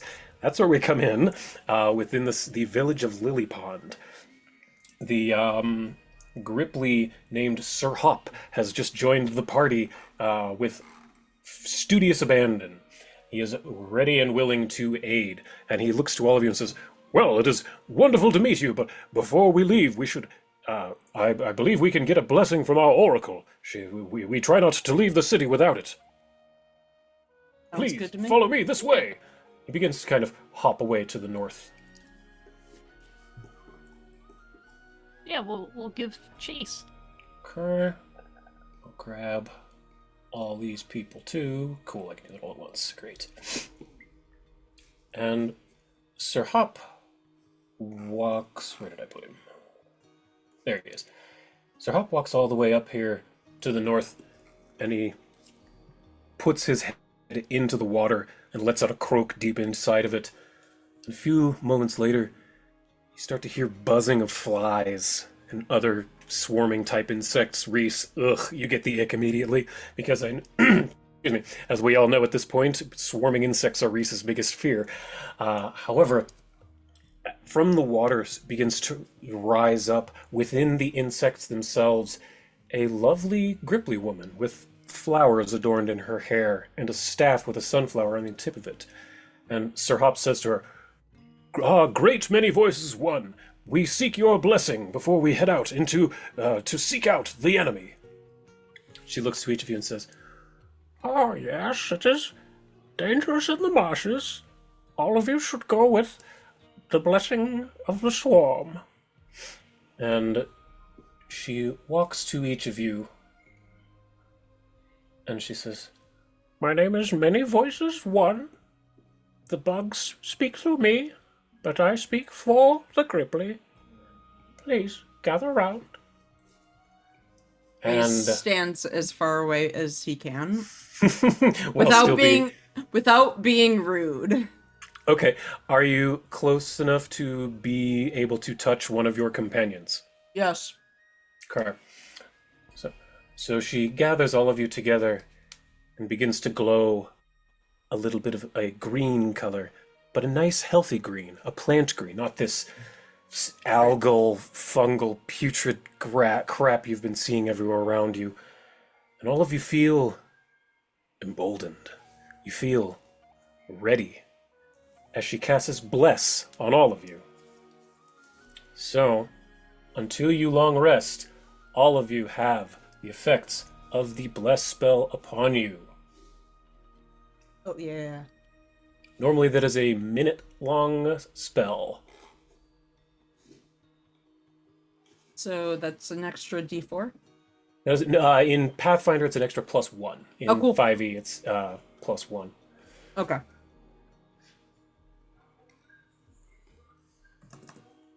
So yeah, then she looks to all of you and says, Go with the blessing of the swarm. and she dives back into the water from whence she came. Can I make Reese do a fortitude save? Sure, please. Publicly. What, you're not a fan of this majestic frog?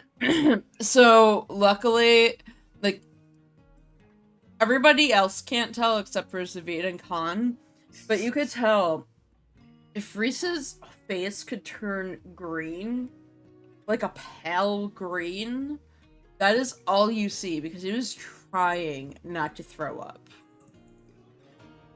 And he just looks kind of goes, "Yeah, Khan, nothing about swarming bugs that is more comforting than that."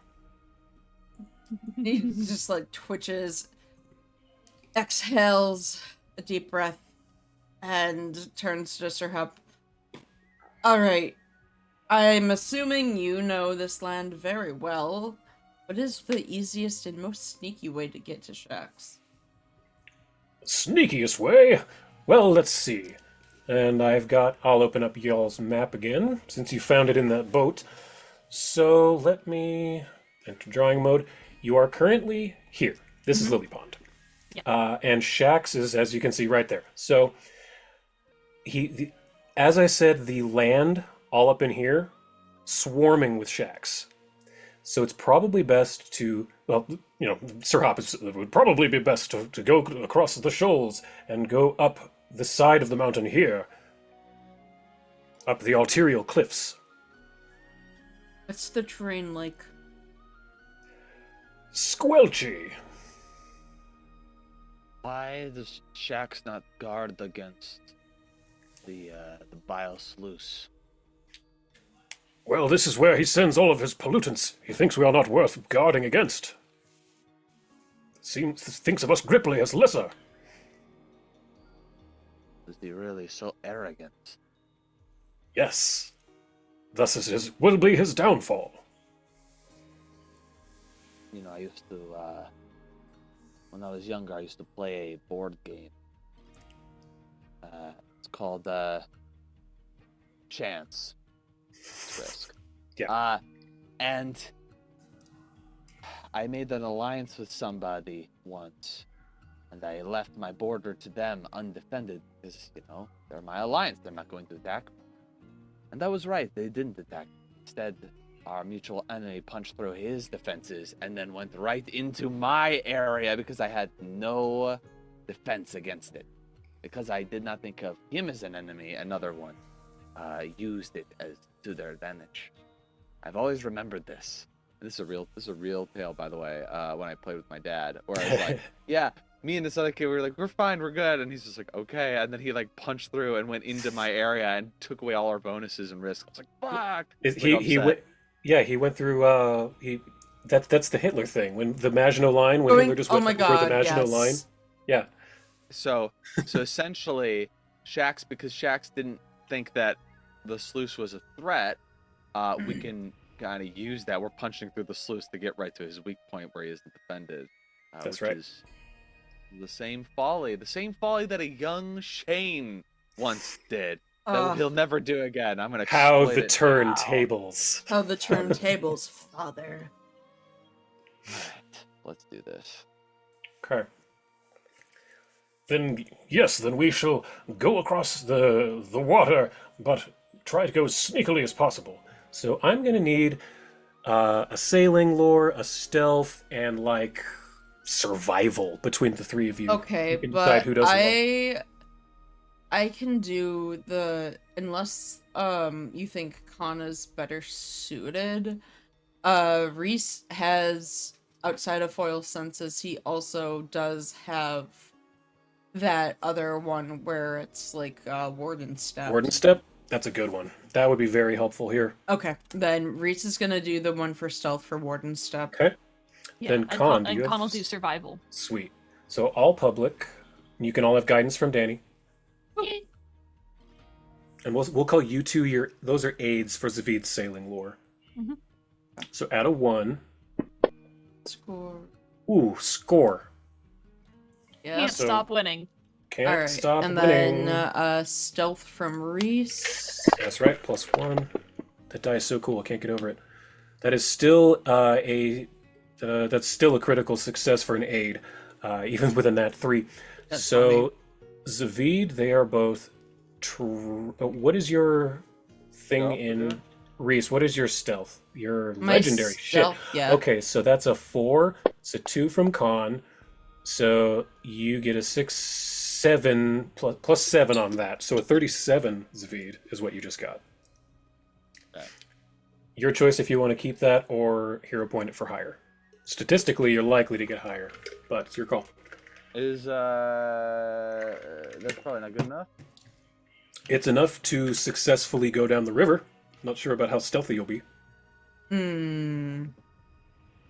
What if we disguise ourselves as Grippleys? Then we don't need to be so stealthy because we're just Grippleys. Who gives a shit, right? That's good thinking. Danny has enough low-level spell slots for that. That's just illusory disguise. That's third-level crap, yeah. That way I don't have to waste a hero point, and also we just throw a big canvas thing, like a tarp thing, over the crystals. Yeah. And no one's the wiser. Because literally, if they're not even going to guard against them, if any sentry or any lookout sees us, goes, frog people. Yeah. If they're really like, the worst Use that the racism happens, against them. yes. And the worst that happens is if they try to antagonize us thinking we're weak, we just kill them and dispatch them quickly. Yeah. That's great thinking. So sure, Danny will use. I'll just use 2 of her slots for that to mass disguise you as Gripply. So yes, all of you kind of look like Sir Hop now. Your legs look longer. You look like you could leap further than normal, but it's simply an illusion. And Sir Hop looks to you and says, "All of you look fantastic. Yes, let's go." And I'll lower the DC because of that magic. So, you're quietly, with your boat, rowing down this river away from the city of Lily Pond. And the further southeast you go, you're going in between these trees. It's very much a swamp or a bayou. So there are essentially the equivalent of cypress trees. I don't know if you all know what cypress trees are. They grow in water, and they have little knees that stick up. But they're, gnarly-looking, evil, corrupted, poisonous trees. The more you're poeing down this river, the water starts to get thicker like pudding.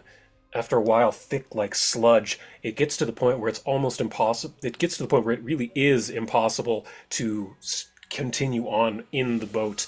You will probably have to continue on foot for a short bit. Can Reese do just a straight up strength check? Sure. Yeah, throw strength just publicly. And Zavid, you'd probably be good at that too, because you're belt. Oh, nope. Reese is going at Mr. Krabs. Strength, Yeah. Just a regular Just strength. public strength. Yep. I don't know if Anhol gives me a +2 on lifting shit or something. Sure, in this instance it would. So the 2 of you are able to take the boat with you, but you're not strong enough to continue Fair. rowing down this sludge anymore. But I want everyone to give me perception checks in the tower. And what as you're going, Sir Hop will say, "This is mostly the direction that runoff has been coming from. You see up there, that mountain poking up. That's the Rune Forge off in the distance, and more runoff has been coming the last couple of months." I have to ask, are Yes. you creatures native to Abaddon? You don't seem very evil to me. No, we are not. We moved here escaping intolerance in our homeland, and we thought we could make home here, and there was a clean swamp here before, but the effects of what's happening at the Rune Forge has sadly tainted our land. There was a nice bubble around Lily Pond for quite a while. How do you defend yourself against demons that call this place home? The majority of them leave us alone. It is quite odd. They have no interest in the clean waters. You are all very anomalous, but fortunate that we have run into you. Indeed. We did not think we would find any safe haven in Abaddon when we came here. Outside of Lily Pond, that is about it. Also, can't shake the feeling like I've met you before. You're so familiar. I was thinking the same thing. It's very odd. I can't strike it. It's almost like deja vu, but backwards. It's got to be the hat. You have a very good hat. Where did you Thank make you. it yourself? Or... I won it in this competition I entered years ago. Kind of fade the scene right there. Let's see. Those were the perceptions. I need Khan to give me perception in the tower. Canonically, he easy peasy. won the competition for the Ruby Phoenix. Canonically, y'all won the contest. Oh man. Khan, you are engrossed with Sir Hop's stories. He's Yeah, been telling yeah. tales. You're fascinated with this frogman. It's Reese. You start to notice that there's in the sludge, because it's almost solid at this point, this disgusting green goop that you've been walking through, and for a while you were trudging. Oh no. Oh no. We were- We were trudging. Hold on. Let me see if I can Oh, match. am I here? damn it. Yeah. Am I back? I was trying to match you. You were like stuck like this for. I noticed I'd froze. Where did I freeze at? You were trudging. As you trudge. Got it. Okay. So for a while you were trudging through this crap, carrying the boat, but now it's to the point where you're like Legolas on snow, where all of you are walking on top of this green shit.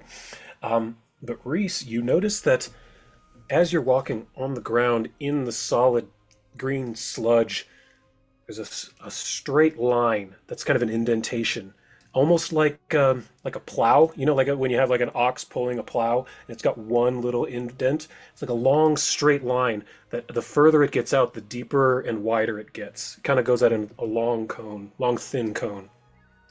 Oh.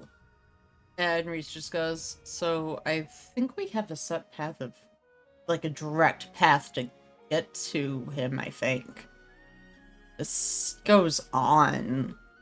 See how it gets wider? And he, like, points over to, like, the intersection area of where it widens out. Okay, so I cut out a little bit. You said you followed it? Yeah. Okay, great. So as you're following this, you see that there's several trees that have been knocked over on either side of this straight line divot in the marsh. They're blown over perpendicular to the hole. But then you notice at the end of it, is a large green ball with black spikes embedded into the swamp before you. Oh, this one's a big one, too. Oh, is this a big map as well? Yeah. Well, give it a moment. I should have probably opened it earlier, It's but that's alright. fine. There's only a little stalling. It's just a little Stalin. Only That's a little stalling. That's what they said in 1917. Don't worry, I'm putting a good word in for this. Nice. But this large green mass has clearly been smashed into another tree and has knocked it over. But it also seems to be almost leaking this green, thick, viscous goo all around it. Hoping that's loaded? Or is it still trying to... Yeah, it has. Great. You all are at the far south, and this is what you see. Can I see with my ranger eyes if that spiky thing is visible? Oh, it's definitely visible from where you're at, yes. Would I do like a nature check or something to try to see if I know what that is? Nature or Arcana or crafting? Okay, thank you. Okay, so let's see. Nature's 21, Arcana's 23, and crafting's 25. Fuck. Okay. Okay. Nice. It's not a crit, so you don't know exactly what this is, but this smells like Khan's laboratory. Wait, don't I have a +1? That's still one off of a crit. Damn it. Okay. Yeah, so it smells similar to the Khan's laboratory, you said? Oh no. Oh no. Sorry, I'm back. I saw it that time. Yes, it smells like Khan's laboratory. Acrid and kind of gross. Isn't this a familiar smell to you? Kind of homey. You know? It's not so bad. It's not so bad. Right. What is it exactly that is in your lab that makes this homey scent? What doesn't? Oh, good point. Well, whatever you have there, there's clearly some here. Can I do either perception or crafting check to be able to discern what's going on? Sure, either one. Throw it publicly. Yeah.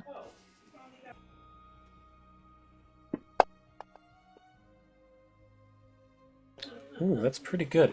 Yeah. Yeah. Con like dips her little like pinky claw into the sludge and like tastes it a little bit and is like a sommelier. This would match perfectly with fish. Let's see. Yeah, it tastes like like a slime mold or like oozy. Yeah, not slime mold. It's like ooze. You think that this might have something to do with like an ooze, but you're not sure which. Yeah. Huh. I was thinking of setting it on fire with an arrow. Would that be a dumb idea, Con?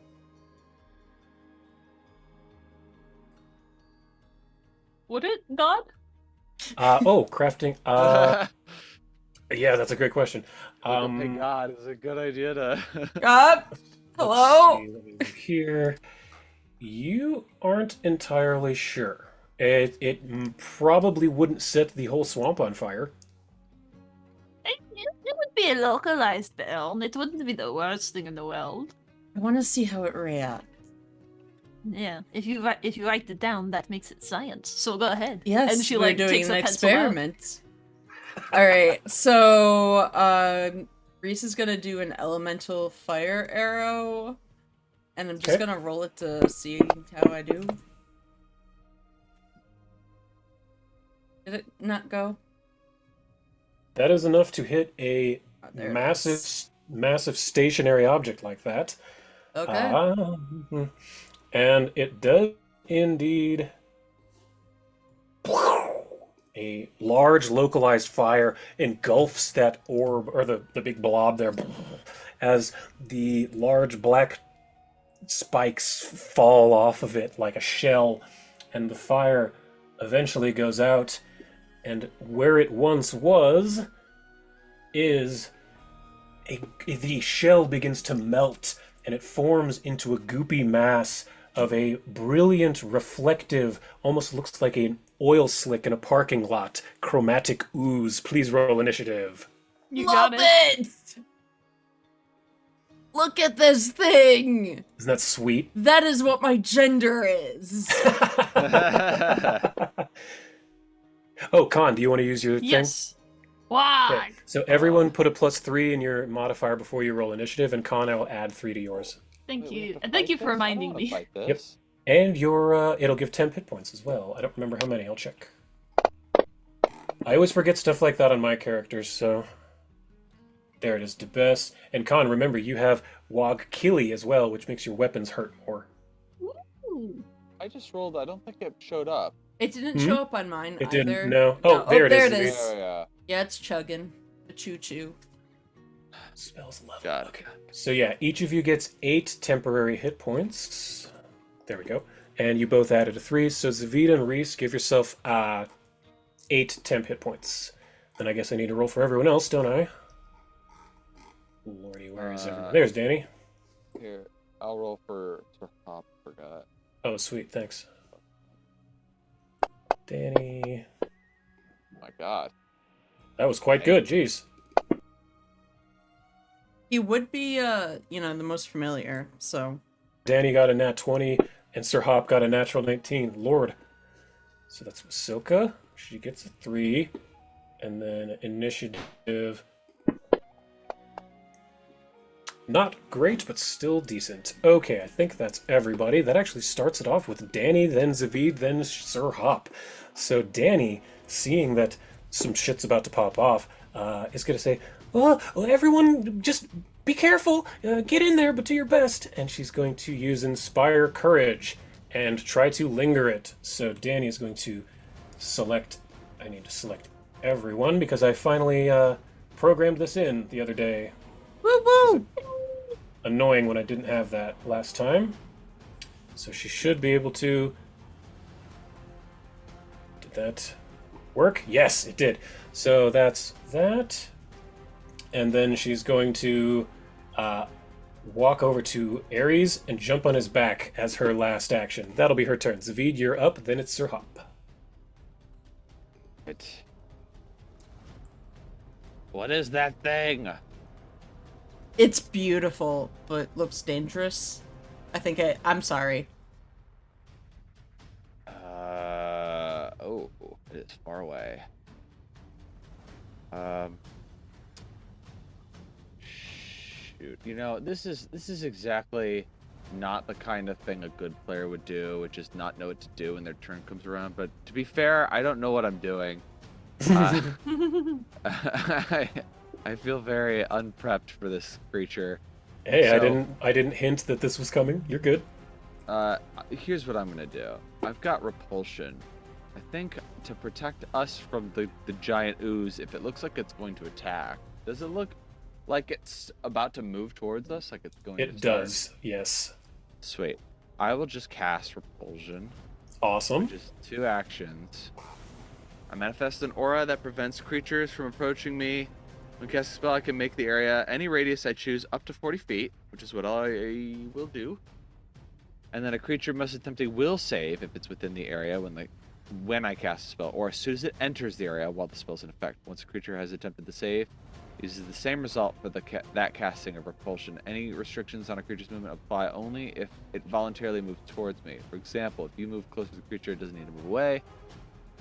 So we'll cross that bridge when we get there for the save. But essentially, I should have a 40-foot aura around me. And then with my other action, do I have any sort of action spell that's good?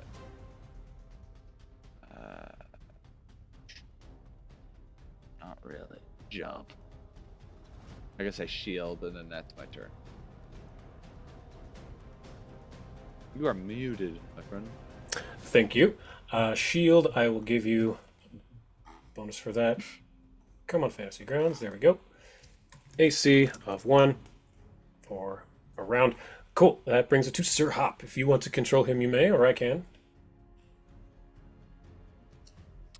Can you please? Because Sure. I'm a little lost and my head's Absolutely. not in it. I'm sorry. No, not a problem. Sir Hop is going to say, Huzzah! And he's going to use the jump spell to jump 30 feet this way. And then, let's see, he's got Stone Skin. He will cast that on himself to increase his resistances to all physical damage. That is the end of his turn. Now, the fire that melted this ball of poisonous pollution into this ooze begins to spread, and one of these other egg-like things with the claws coming out of them sets ablaze and melts into another different type of ooze that I can share the image of here. It is much more green than the shimmering prismatic ooze. It is, and it begins a long, almost Uh-oh.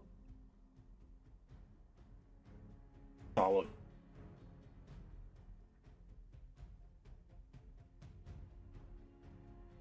The fire begins to spread south, and the same thing happens here. Another one spawns in the flame.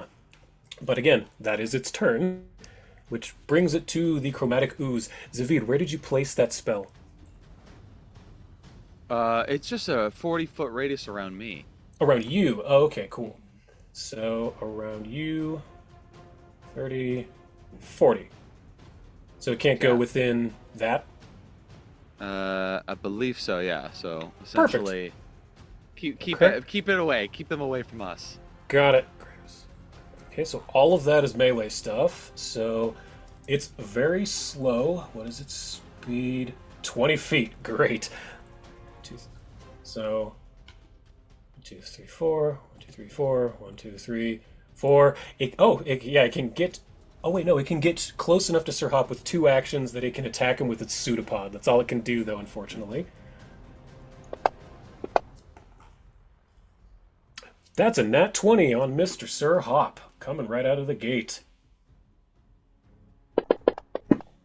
Sir Hop, however, is going to use his reaction to raise his shield and reduce that by an additional 10.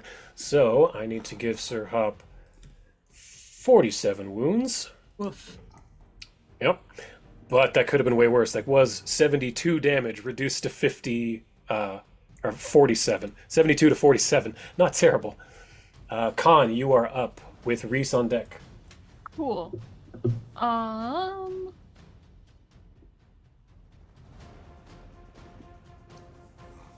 Is there a way to put out the fire, maybe? You have alchemical cold things. Which one is that?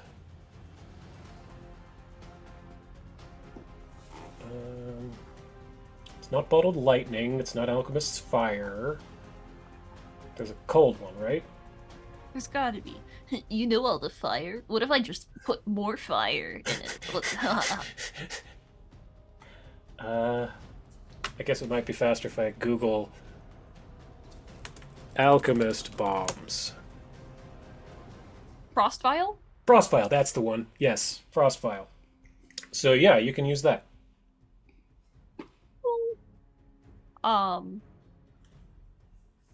Then I guess I'd like to head this like chain of fire off at the pass. Okay. So I think Con is going to use. How far can I chuck it? 30 feet, I think. 30 feet. Okay. Definitely kind of far. You have your wings that help you move quickly. That is true, but I think it's. Is it 2 actions to activate them? Just one. Just one. All right.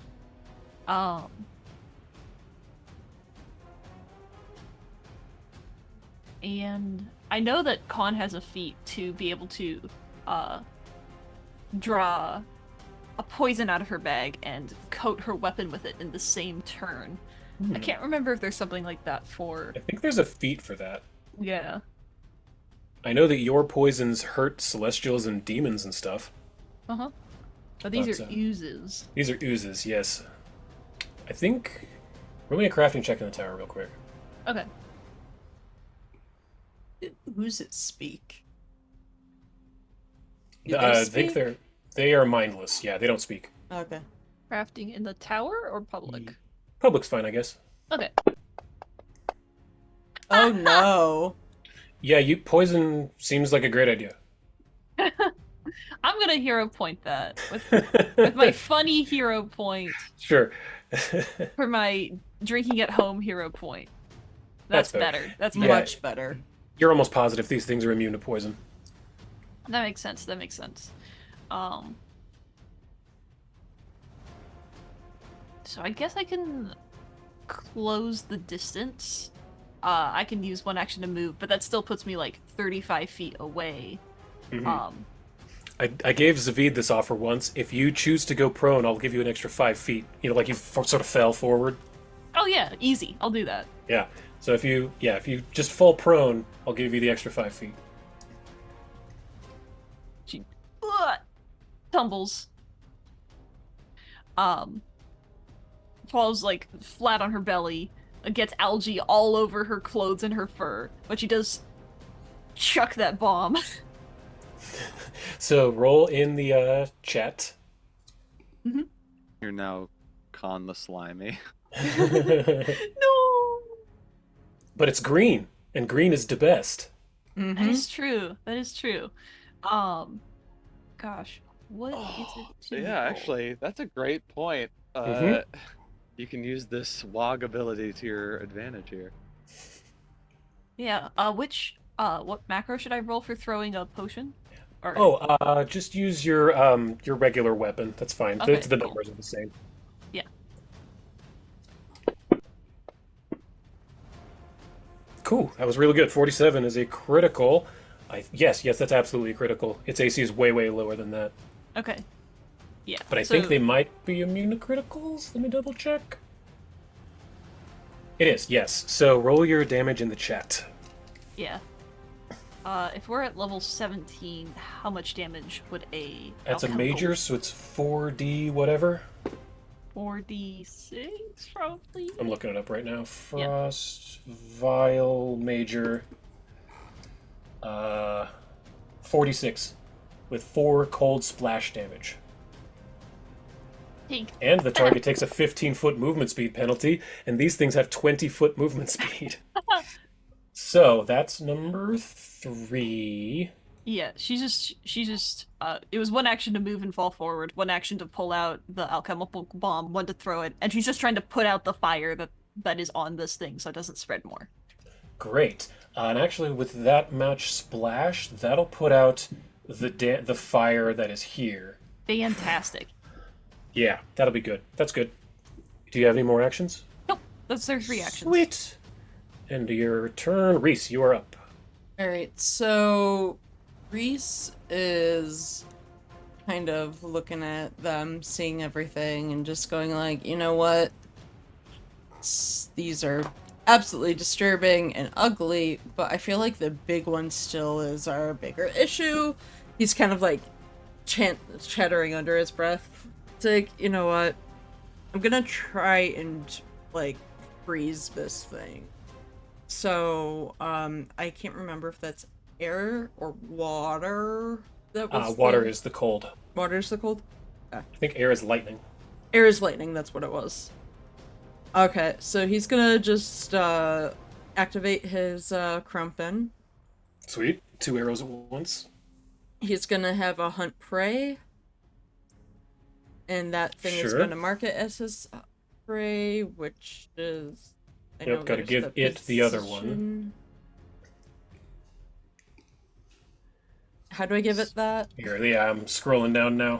Hunter's Edge Precision. So, I think that's for self. Click. Oops. Let me. There we go. Got that on you. Okay. And then hunt prey on. There we go. Designated target. Why did it go away? Where'd it go? Hold on. Let me see if I can. What in the friggin' hell did I just do? And I did this work? Yes, that looks Okay. right. That's right. Yes. So it should work now, hopefully. Okay. And he's just gonna try to sink one of his freezing arrows with a water element at this thing. All right. That is a hit for sure. Okay. Easy to hit. Great. So he's gonna go and do that. And Okay. A little bit is resisted, the physical damage, but you do see this cold kind of the frost right where this arrow sinks into this thing. Psst. cool. I And think you he's get 2 gonna attacks, do. right? Yeah. Yep. He's gonna do one more at it. Mhm. That is not a hit, I don't Oh, think. that's not a hit. Sorry. Oh, that's Whoops, damage. That was Yeah, that's- damage. Ignore okay. that. Just roll the hit to hit to see if you hit or not. You probably will. Yeah. You do. Okay. Yeah, so we'll just leave that damage at the 29. Great. You still have 2 actions. Oh my god. So do I do a middle action and then a low action, or is it another high action? It would be 2 lows. Okay. 2 lows. Boop. Mm-hmm. Or you could move or whatever. That one is a hit still. Oozes have notoriously low Oops, AC. I didn't mean to do fire. Sorry. Oh. Well, you can if you would like to do Yeah, fire. let's do fire instead. Okay. So as Reese accidentally shoots a fire arrow, a little bit of more fire flares up and sparks off of this creature. Where is it? Why do I not have... There it is. And it sparks off of it and hits another one of these egg-looking, not creatures, but sludge things. And from within it, as it melts, another ooze appears. That wasn't That's a... bad. Shoot. Sorry! I just put that out.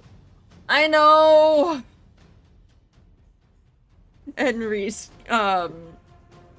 goes and, attacks one more time, but this time with a water arrow Okay. at this ooze. Yeah, I think that definitely hits. That's, yeah, critical, I believe. Yep. Alright. But again, immune to crits, so. So as you can see, it resisted half of that. So it still takes 34 damage from your ice arrow, which that is the end of Reese's turn, making it this blob. So you hit that one with fire. So it can move, but it's very slow. 5, 10, 15, 20. 5, 10, 15, 20. 5, 10, 15, 20. That's all it can do. You were wise to stay far away from these things. Wasilka, however, is going to use Ghast Leap and her monk abilities to be able to leap 55 to here. Whoa. And is going to do it again to get behind this thing. And then she's going to flurry of blows with her spear. Or no, they would be the new Dark Silver short sword, I suppose. That's a nat 20 right there. But again, she's immune to crits, so it doesn't matter that much. But Is it just the chromatic? no, pretty much all oozes are immune to critical damage. So she does she hit the second time? I accidentally rolled damage twice. Come on, D20. There we go. Yeah, she hit twice with her new short sword. But again, the thing is immune to crits, so the nat 20 doesn't matter. That brings it to this blood shroud that looks like a normal human man. It is going to 5, 10, 15, 20, 25, 30, 5, 10, 15, 20, and block this ooze here, taking one greatsword attack at it.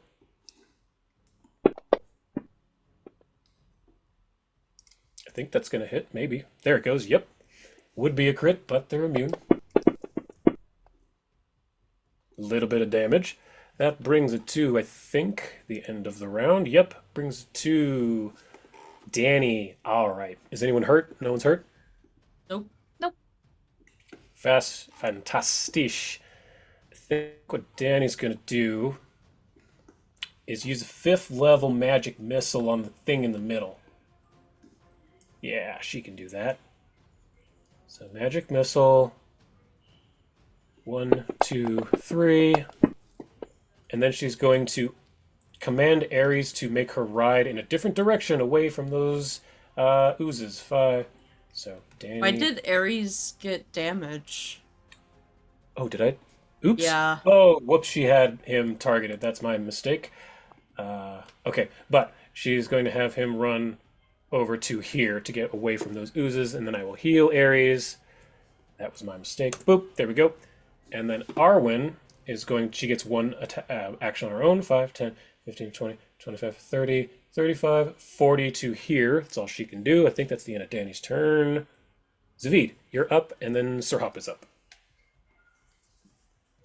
He's going to take an action. Move. Let's see, that's 5. Oh shit, I'm sorry, I have to interrupt. One thing happens that I didn't notice until just now. As the Blood Shroud attacked this carnivorous blob 3 with its sword, it actually splits in 2 and turns into 2 carnivorous blobs, but each will have half the health that they currently have. So when you hit these things with slashing damage, they split. Okay. So, And when Vasilka hit, it was piercing, right? slashing. Slashing. Or yeah, or piercing. Yes, piercing. She hit with piercing. Right. Just making So sure. there's this one that has that many hit points, and then number 3, I have to change its hit points. Sorry about the interruption. No worries. Okay, now you're up. So with one action, I can move that. Let's see. Am I able to move that? Oh no, hello. I'm trying to move the circle, but Oh, I'll get it. I can. Oh, I can you can- change it. Grab it But I from the can't very move- center. Oh, thank you. There's like a little square that appears when you put your mouse right in the center. I see. So I'm gonna move up a little bit to bring up our bubble of safety. With another 2 actions, let's see. I think I'm just going to.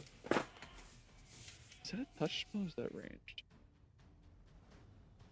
It's actually a touch spell. I gotta touch somebody with this one. I don't want to do that. It looks like certain physical damages affect these things in weird ways. So I would like to 2 action harm if I have the distance. Let's see, hold on. 30. Nothing in distance. They have to be nearby. So maybe I can't do that. So maybe I can't do that. Okay, fine. I'll Oh, well, I haven't used that in a while, and that could be fun. Let me see something. Can I upcast this? No, that's all right. I don't need to. I would like to create a wall of flesh. Awesome. I have assets for that. Uh, it's Arms 20 or feet eyes? tall, 30 feet long. Oh, or mouths. Let's see. Or mouths, yeah, which one? There's Mouths three do a options. little bit of piercing damage. Do we know if piercing damage is It's effective against fine. these things? Piercing's fine, Piercing's fine. slashing's bad. Okay, and then eyes gives us perception. Who gives a shit? And then arms will try to uh Grab. grab. I don't know if they can grab an ooze, so we're gonna do mouths so that they bite the oozes. Okay, and what are the dimensions on that? It is 30 feet long, 20 feet high, and I would like to put it. Let's see. Where do we want this wall to go? Like, before I go and just cast this, I'm sort of asking, like, who do we want to deal with first, so I can, like, section off the ones we want to, like, keep separate. I think we're pretty so above table. I think we're pretty decent handling the chromatic one between me and Wasilka. If we can block off the 4 for now, because we know that it's basically giving birth to everything else, we need to just kill the chromatic one first. That's above table, my thinking. If you How about- disagree, go for it.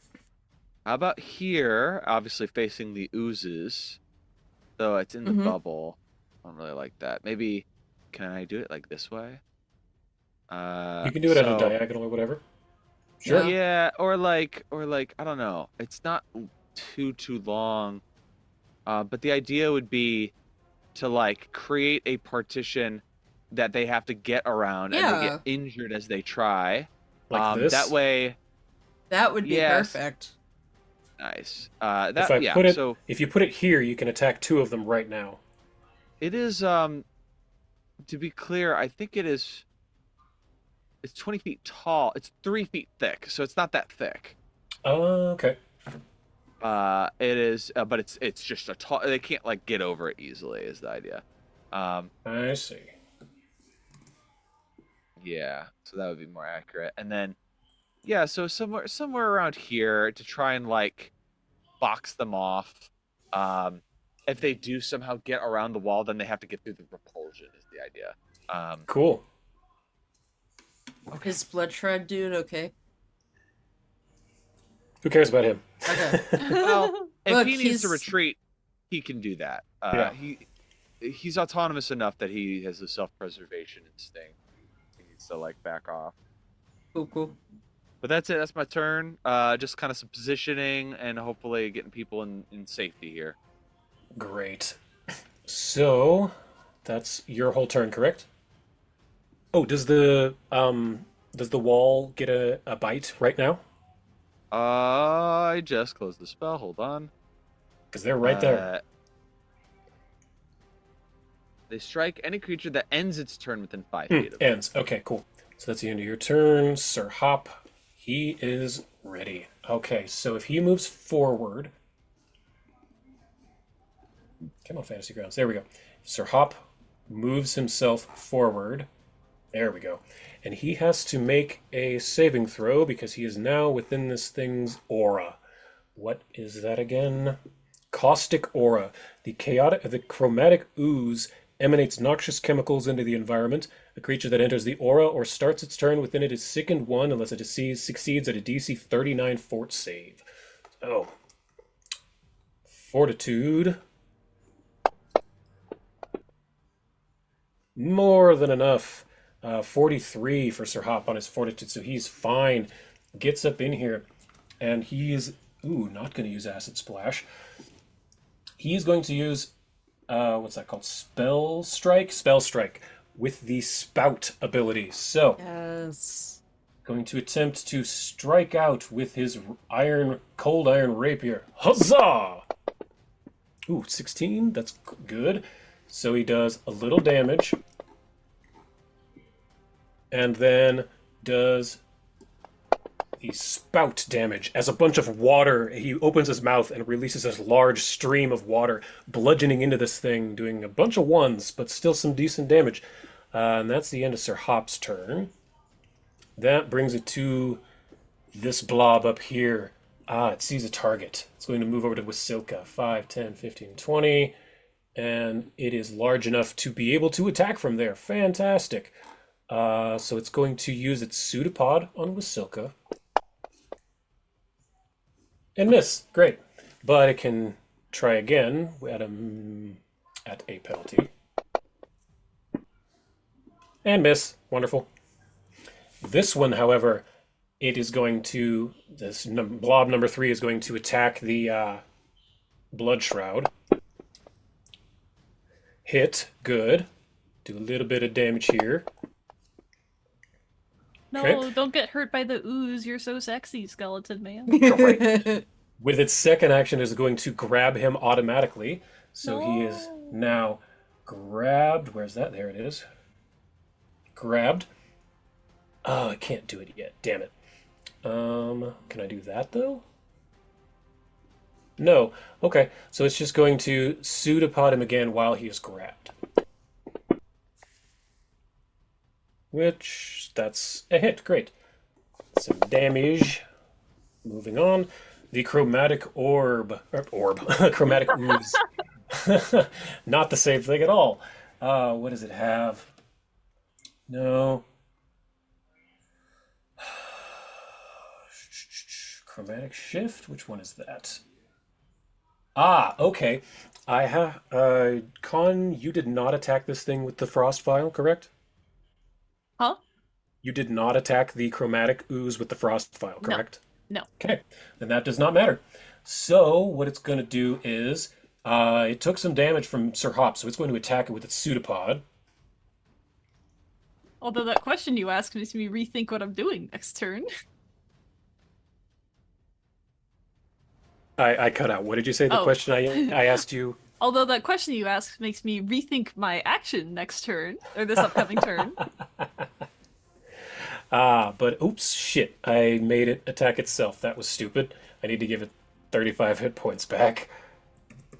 And do that to Sir Hop. There we go. I hurt myself today. Second action, it is going to use to grab Sir Hop. Come on. Grabbed on Sir Hop of He's a Lillipod. slippery frog. It's fine if he sometimes can't. He'll be okay. And then, again, I don't have the action economy for that, so last action is going to pseudopod Sir Wasilka behind it. And it's a hit. Great. A little bit of damage on Wasilka the Gastastic, but I just realized that this thing needs to be off guard because Wasilka and Sir Hop are flanking it. It's the end of its turn. Con, you're up. And Cool. Reese, you're on deck. Okay. I want to do chain lightning. Hell yes. Starting at Carnivorous Blob 3, then to up to 4, then left to 2, and then to 1, and then the Chromatic Ooze. And we're gonna see what happens when I hit it with an All right. elemental lightning attack. Throw out So- that saving throw. Let's see.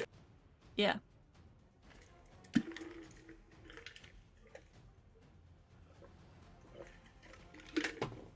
Come on. Low money, big whammies. Low money, big whammies. See a 4 in there. There's one critical success, one... Let's see. Well, Ew. no, here's the thing. Here's the thing. Huh? If they critically succeed, because the spell jumps from person to person, if one person in the chain critically succeeds, then the chain is broken and doesn't continue. So because blob number 3, who I explicitly said I was targeting Mhm. first, critically saved, it doesn't affect it, That's and also true. the chain ends. That's true, it does. The chain ends there, so... You That's lob hilarious. your electricity in this thing. It works right, but it just splats into this thing like jello. Finding no chain purchase. Mhm. You still have one action though, I think. Cool. Han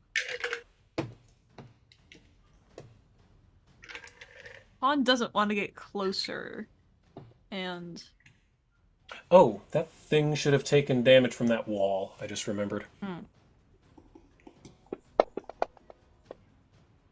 Okay.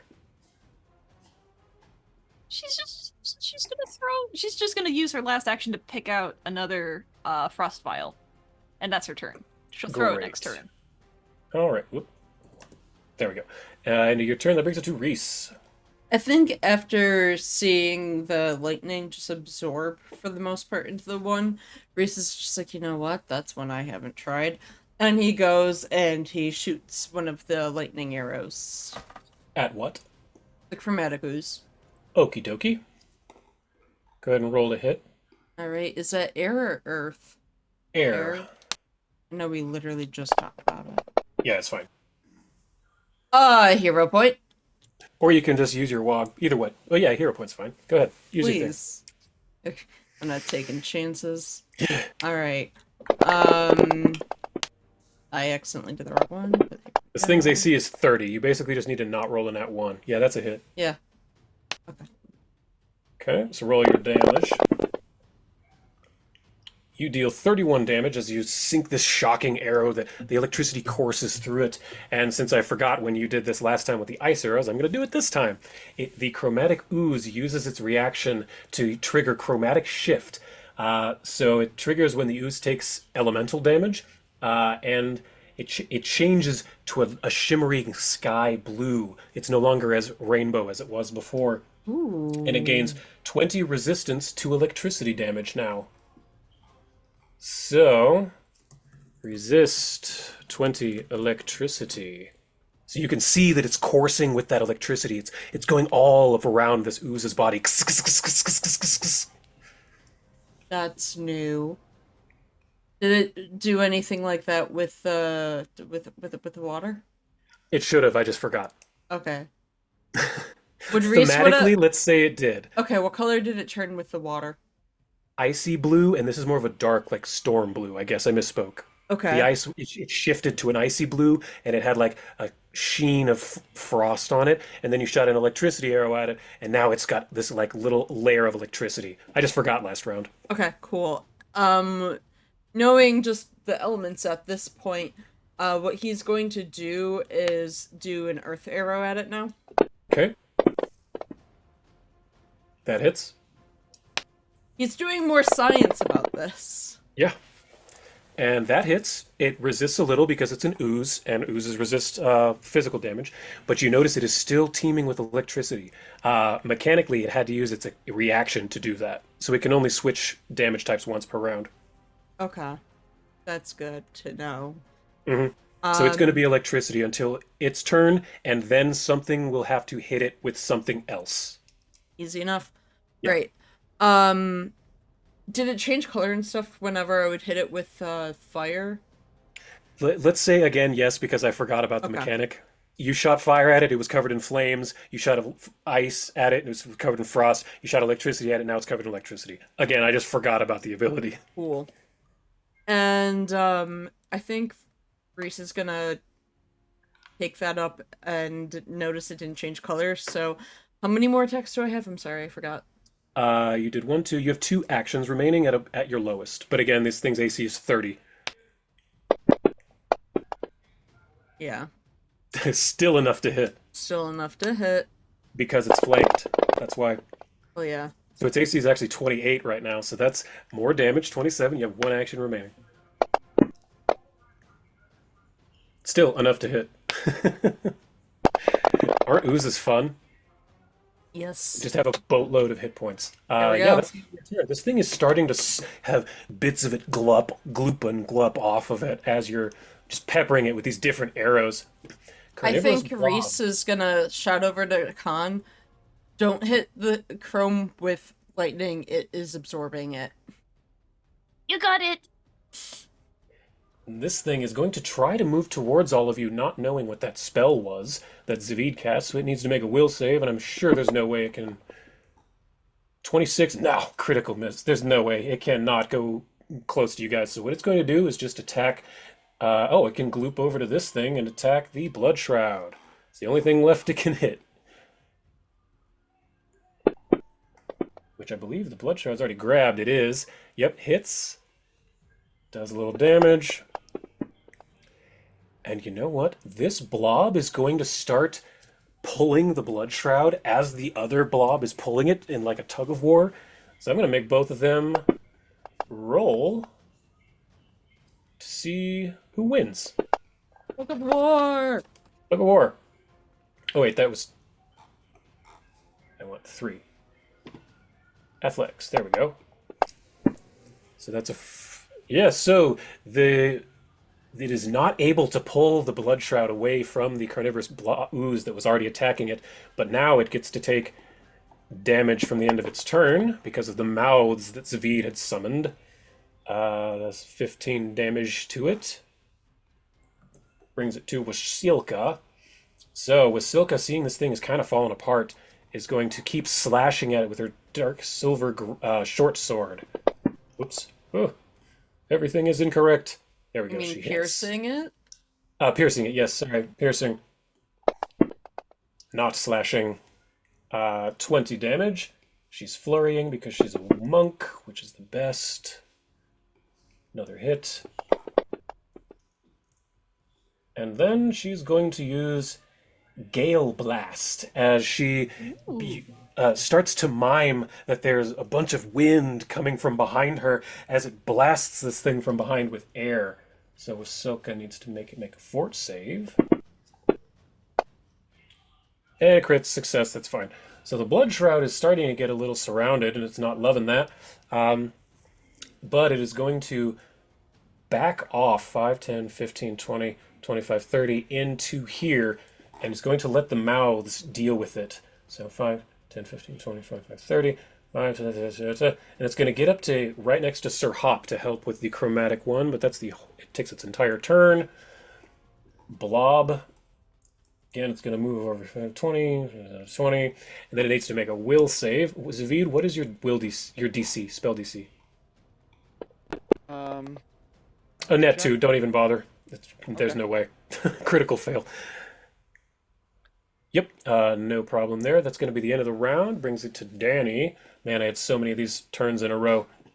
Let's have her use Magic Missile again. Why not? It's a classic. Dealing a whole bunch of force damage. And then that is going to have her and Ares get closer. And then Arwen can bite at that big ol' loser. And that's a hit. Great. Oozes are so fun. Okay. Resisted a little bit of Arwen's damage, but Zavid, you're up. That makes Sir Hop on deck. This thing's looking pretty bad. It's falling apart. Alright. The chromatic ooze just needs a little nudge. That's 3 actions. Can I harm? I can harm with 3 actions, but it would just require... so normally, 3-action harm is like an emanation, but I have directed channel. You do. Which allows me to conical do it. Conical. I would have to move to a spot that would make sense. And I have quick channel, which allows me to do a full conical thing as 2 actions instead of 3. So if I use 1 action to say jump. I was going to say you have jump.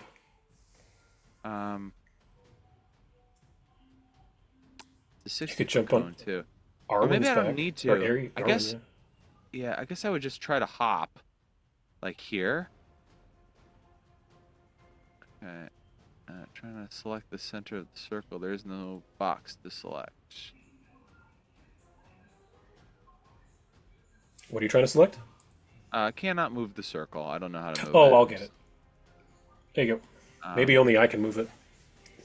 That might be it. And so, with a 60-foot cone hitting like out here, I can hit all 3 of these guys with a harm. and it would be at its full power. That it would. So you So can go ahead that's and what I'm make gonna them do. take that save. Oh, when I move as well, these two that are like in the sphere, they don't have to make any saves because I moved Oh, okay. It them, doesn't like so force them back. it doesn't force them. Cool. The Okay. only one, I mean, this guy's kind of outside, so he might have to make one if he moves further in. Mhm. But if they do move further towards me, they have to make a save. Got it.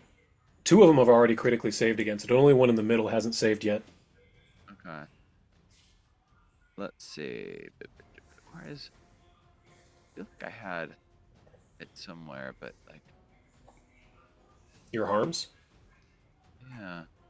Yeah, they're above Undeath's Blessing, Oh, they're beneath your above 9th level everything. spells. Got it. Got it. All right, that makes more sense.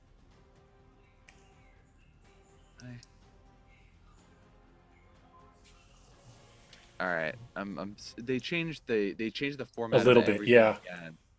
So I'm like, Fantasy Grounds does that. At least the layout's looking sharp. It does look sharp. Those 2 sevens, which are failures, and then a success for half. Yeah, pretty good. all right. Take this. You Ooh, idiots. quite a bit of damage. 65. All of it goes through on the 2 that failed, and just half on the 1 that didn't. So quite a bit of damage. 130, 162 damage total. And I think that's your whole turn, correct? That is true. Also, I don't know how to. I can't like mark this as used. I'll get it for you. Harm. Oh, you're right. I can't either. That's weird. Preparation. Combat? You were in combat mode. That's probably why. There we go. Harm. Weird that they wouldn't let you use spells in combat That is. No, you were in preparation mode, not combat mode. mode. Okay. So, let's see. Sir Hop's turn. All right. He sees that this thing is getting pretty close, so he's going to try and spell strike it again, but with his spout ability. So he attacks with his rapier. Huzzah! That is a hit for sure. Here. And a little bit of damage from the sword, and spout as water once again blasts out of Sir Hop's mouth, bludgeoning this thing. But it is. Oh my god. Wait, did I say Danny did the song at the beginning, right? Mm-hmm. And I haven't been adding the damage to anyone's this entire time, right? No one's been adding the +1. So this thing has 2 hit points after that. So I'm going to say because of Danny's song that we've been forgetting to add, that's it. 570. This thing, it explodes as all this cool, clean water from Sir Hop's mouth blasts it into a million pieces. Dead. Splat. But there are still the issue of all the rest of these. That's the end of Sir Hop's turn. This carnivorous blobs over. Or no, it can stay there. Going to attack with Silka. It's a hit. Going to use its second attack too. And she was already grabbed. That's great. So it's going to use Engulf on her, as Basilka is pulled within it fully if she can't pass a DC 37 reflex save, which probably can. She's a monk. Oh my god, natural 16 for 46. Yep, she's not pulled in. She stops right at the end. Good for her. End of her turn. The other blob is going to spend its entire turn attacking the wall because it can't move towards you. Okay, chunk of the wall gets taken out. Con, you're up. Reese on deck. Cool. I'm gonna run up to. Actually, first, Con is going to throw her, frost vial. Mhm.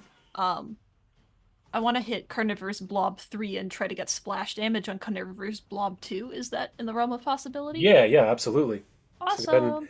just roll with your sword die because it's mathematically the same. Yeah.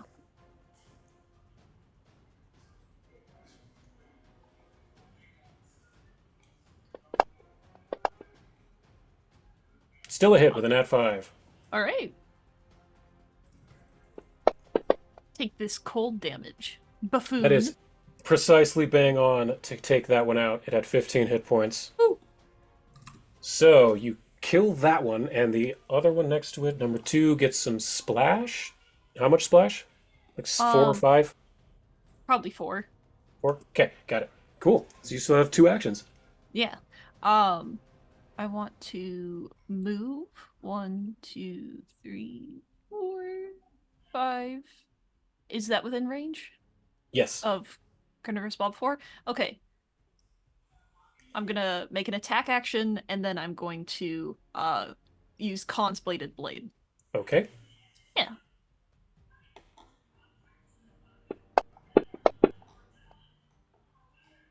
Okay, that's a So I hit. did.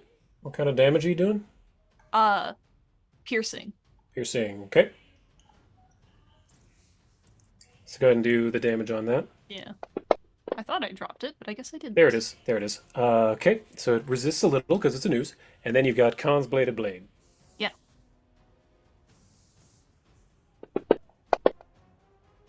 Oh shit. Yep, definitely a hit. So go ahead and roll damage on that one. Okay, 20 damage. The thing you forgot is that Khan's Bladed Blade does all 3 types of damage. So I didn't this forget. creature- I remembered. you did it on purpose. So this one splits again into 2, but with half its current hit points. So it is 76 hit points. So it's good lord. Whoops, quite hurt. But, and then there's another one somewhere that I have to put on here. There it is. Right. Come on. Sorry, this is taking so long. I'm trying to get a second one on here. No worries. Well. Ugh.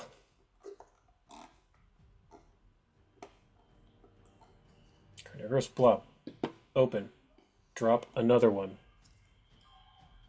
And is it Coincidences? did a fire hit it? Earlier, yes. Where in the hell? There I was should be just a new wondering one. why it was repopulating. Well, I don't know why it isn't adding another one. Whatever. I will figure that out. So, it does split again. Oh, I think I can add it from here? Maybe? Please work with me, Fantasy Grounds. Yes, there it is, finally. Okay. So, it appears back here, but it has hardly any hit points. And I think that's the end of your turn, right, Con? Yes. Great. Sorry that took so long. No worries. So then, Reese, you are up. So Reese is going to yeah, you know what? He knows that the bludgeoning hasn't done anything horrible with the chromatic one, so he's just gonna fire off his first arrow at the blob. Okay. Which one? That one. Number 1. Okay. Number 1, sure. Yep. Bonk. The one next to Asilka. Got it. Yep. And then for that one, he's going to do some damage, which would be this. Whew. That one takes it out. Splat! This thick, bludgeoning arrow covered in hard rocks pierces straight through this thing, leaving it a gross little mess. The blood Ew. isn't actually red, it's green, but I can't change that. That's fine. And then when he can confirm, okay, that doesn't reproduce anything for sure, goes to number 7 to lay a hit.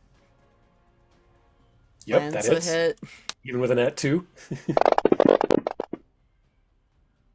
27 damage. Which one is that? Number 7. number 7?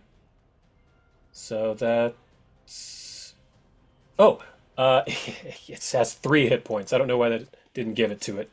Okay, so 3 hit points, which means the lowest one will hit and kill it.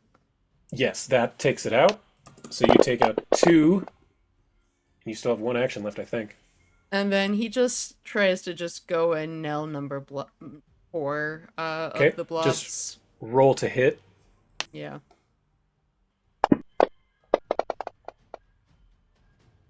And yeah, Eh. that was enough to take that one out as well. So you got 3 of them with 4 arrows. I think that's the end of your turn, yeah? Yeah. Okay, it's this last one left, and it can't get closer to you, so it's going to spend its entire turn trying to eat this wall of flesh because it's carnivorous and it's mindless, so it doesn't know any better. So, oh, that's why it was on top of it. That's stupid. Okay, so that brings it to Wasilka, who's going to ghoul leap over to here, try to take this thing out. That because it's carnivorous and mindless and it doesn't know any better, and I'm like, are you describing me? Okay, little damage, and then attack the short sword for one more try. Hit. See if she can do it. Not quite. Okay. But at this point, I'm going to say we could just kind of hand wave the rest of this because it's just Yeah. eating your wall of flesh. You're all going to dogpile it.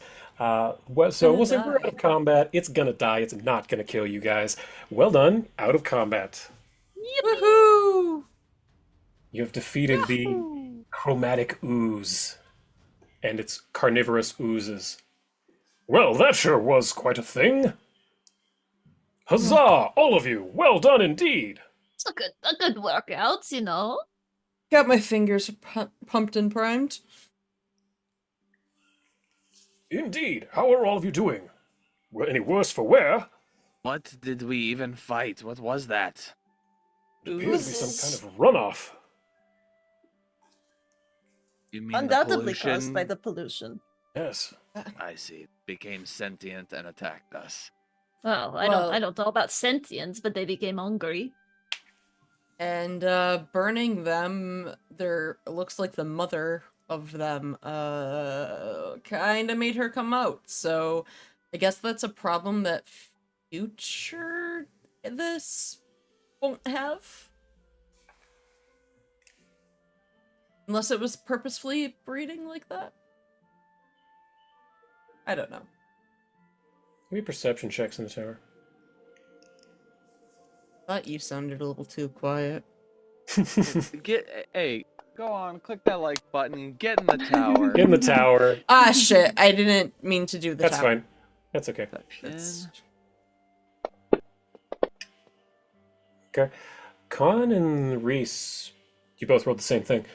You spot that in every one where all of these little spawn egg things are, you also notice that there are like broken weapons, like a snapped dagger here, a dinged up short sword there, a split spear over here, mixed in with all this oozy crap.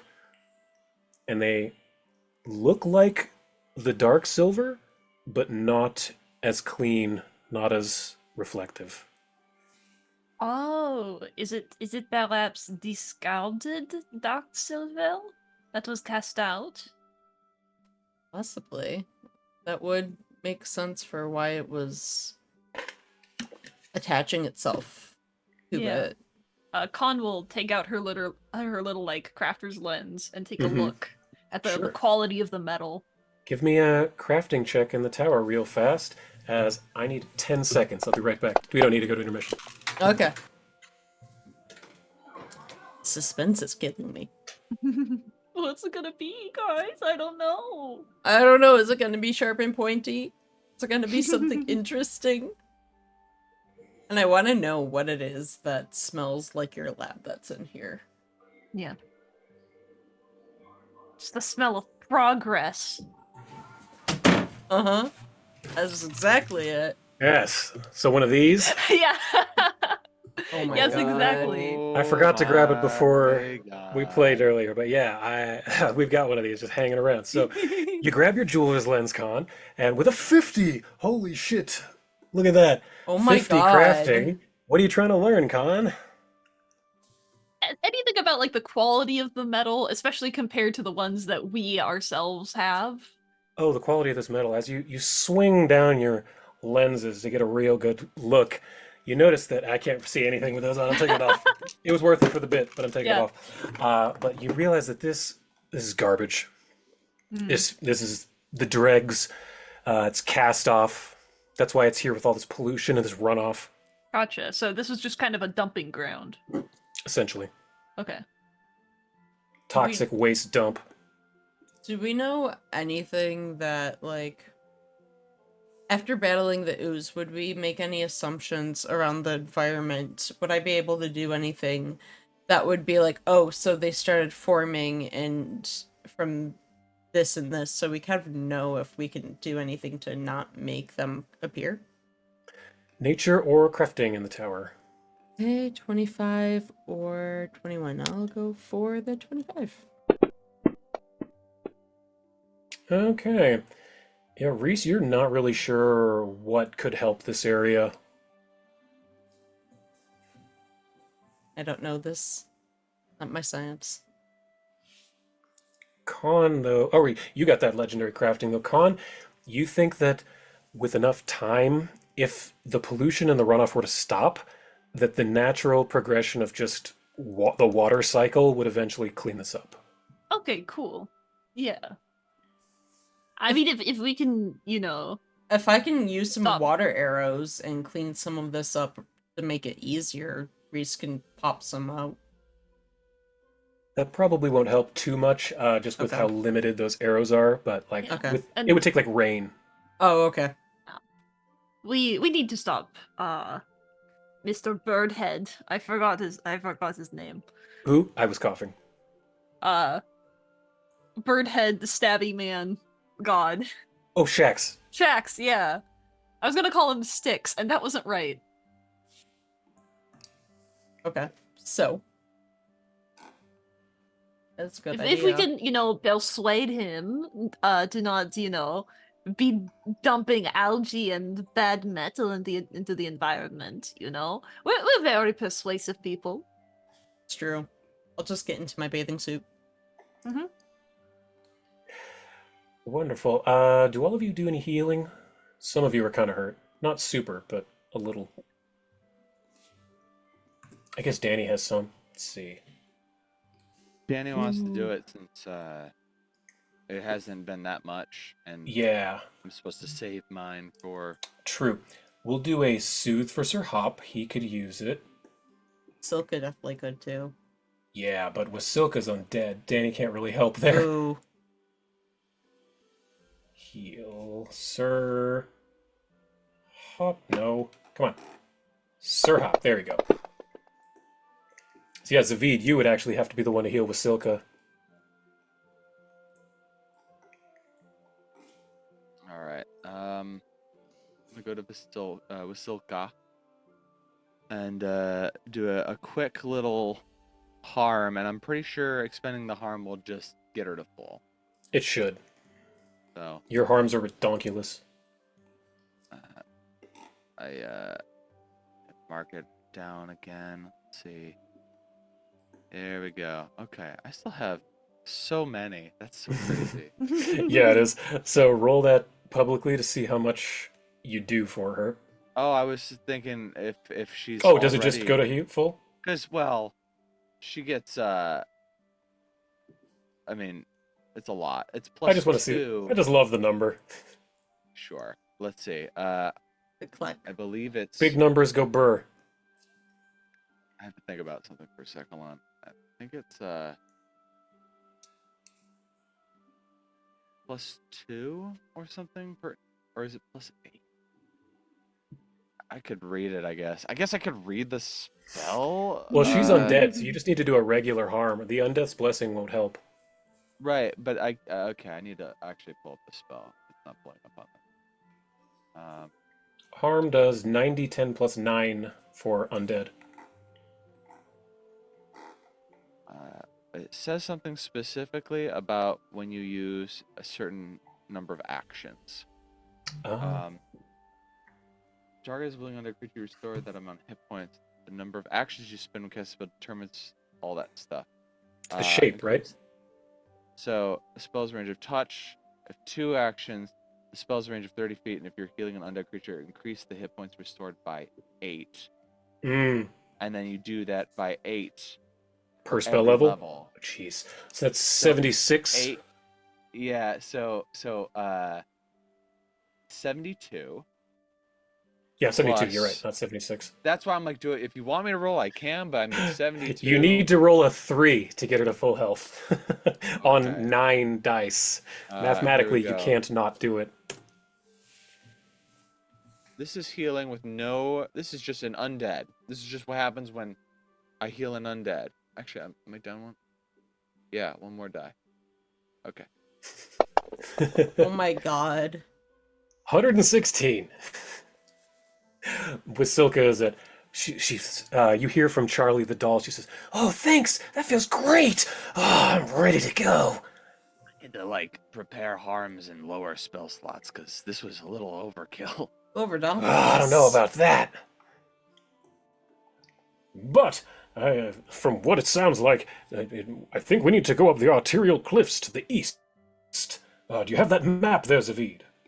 And I will pull it up here. So basically, at this point, you have made it to right there, where I'm Woo. circling. Yeah. And you need to go up this mountain to Shex. And I think this is probably a great Oh no! Great Definitely a great spot to spot to end. stop least. for the day. Yeah. Froze right as I said that. Yeah, I think this is a great spot for us to stop for this week. Hopefully Ash will join us next time. We hope everyone else will join us next time. Hopefully next week. We'll let people know on Twitter when we will find out. We're getting ever so close to the confrontation with Shax. It's been 11 levels. But hope everyone will join us. See you then. Bye. Bye. Bye, everybody.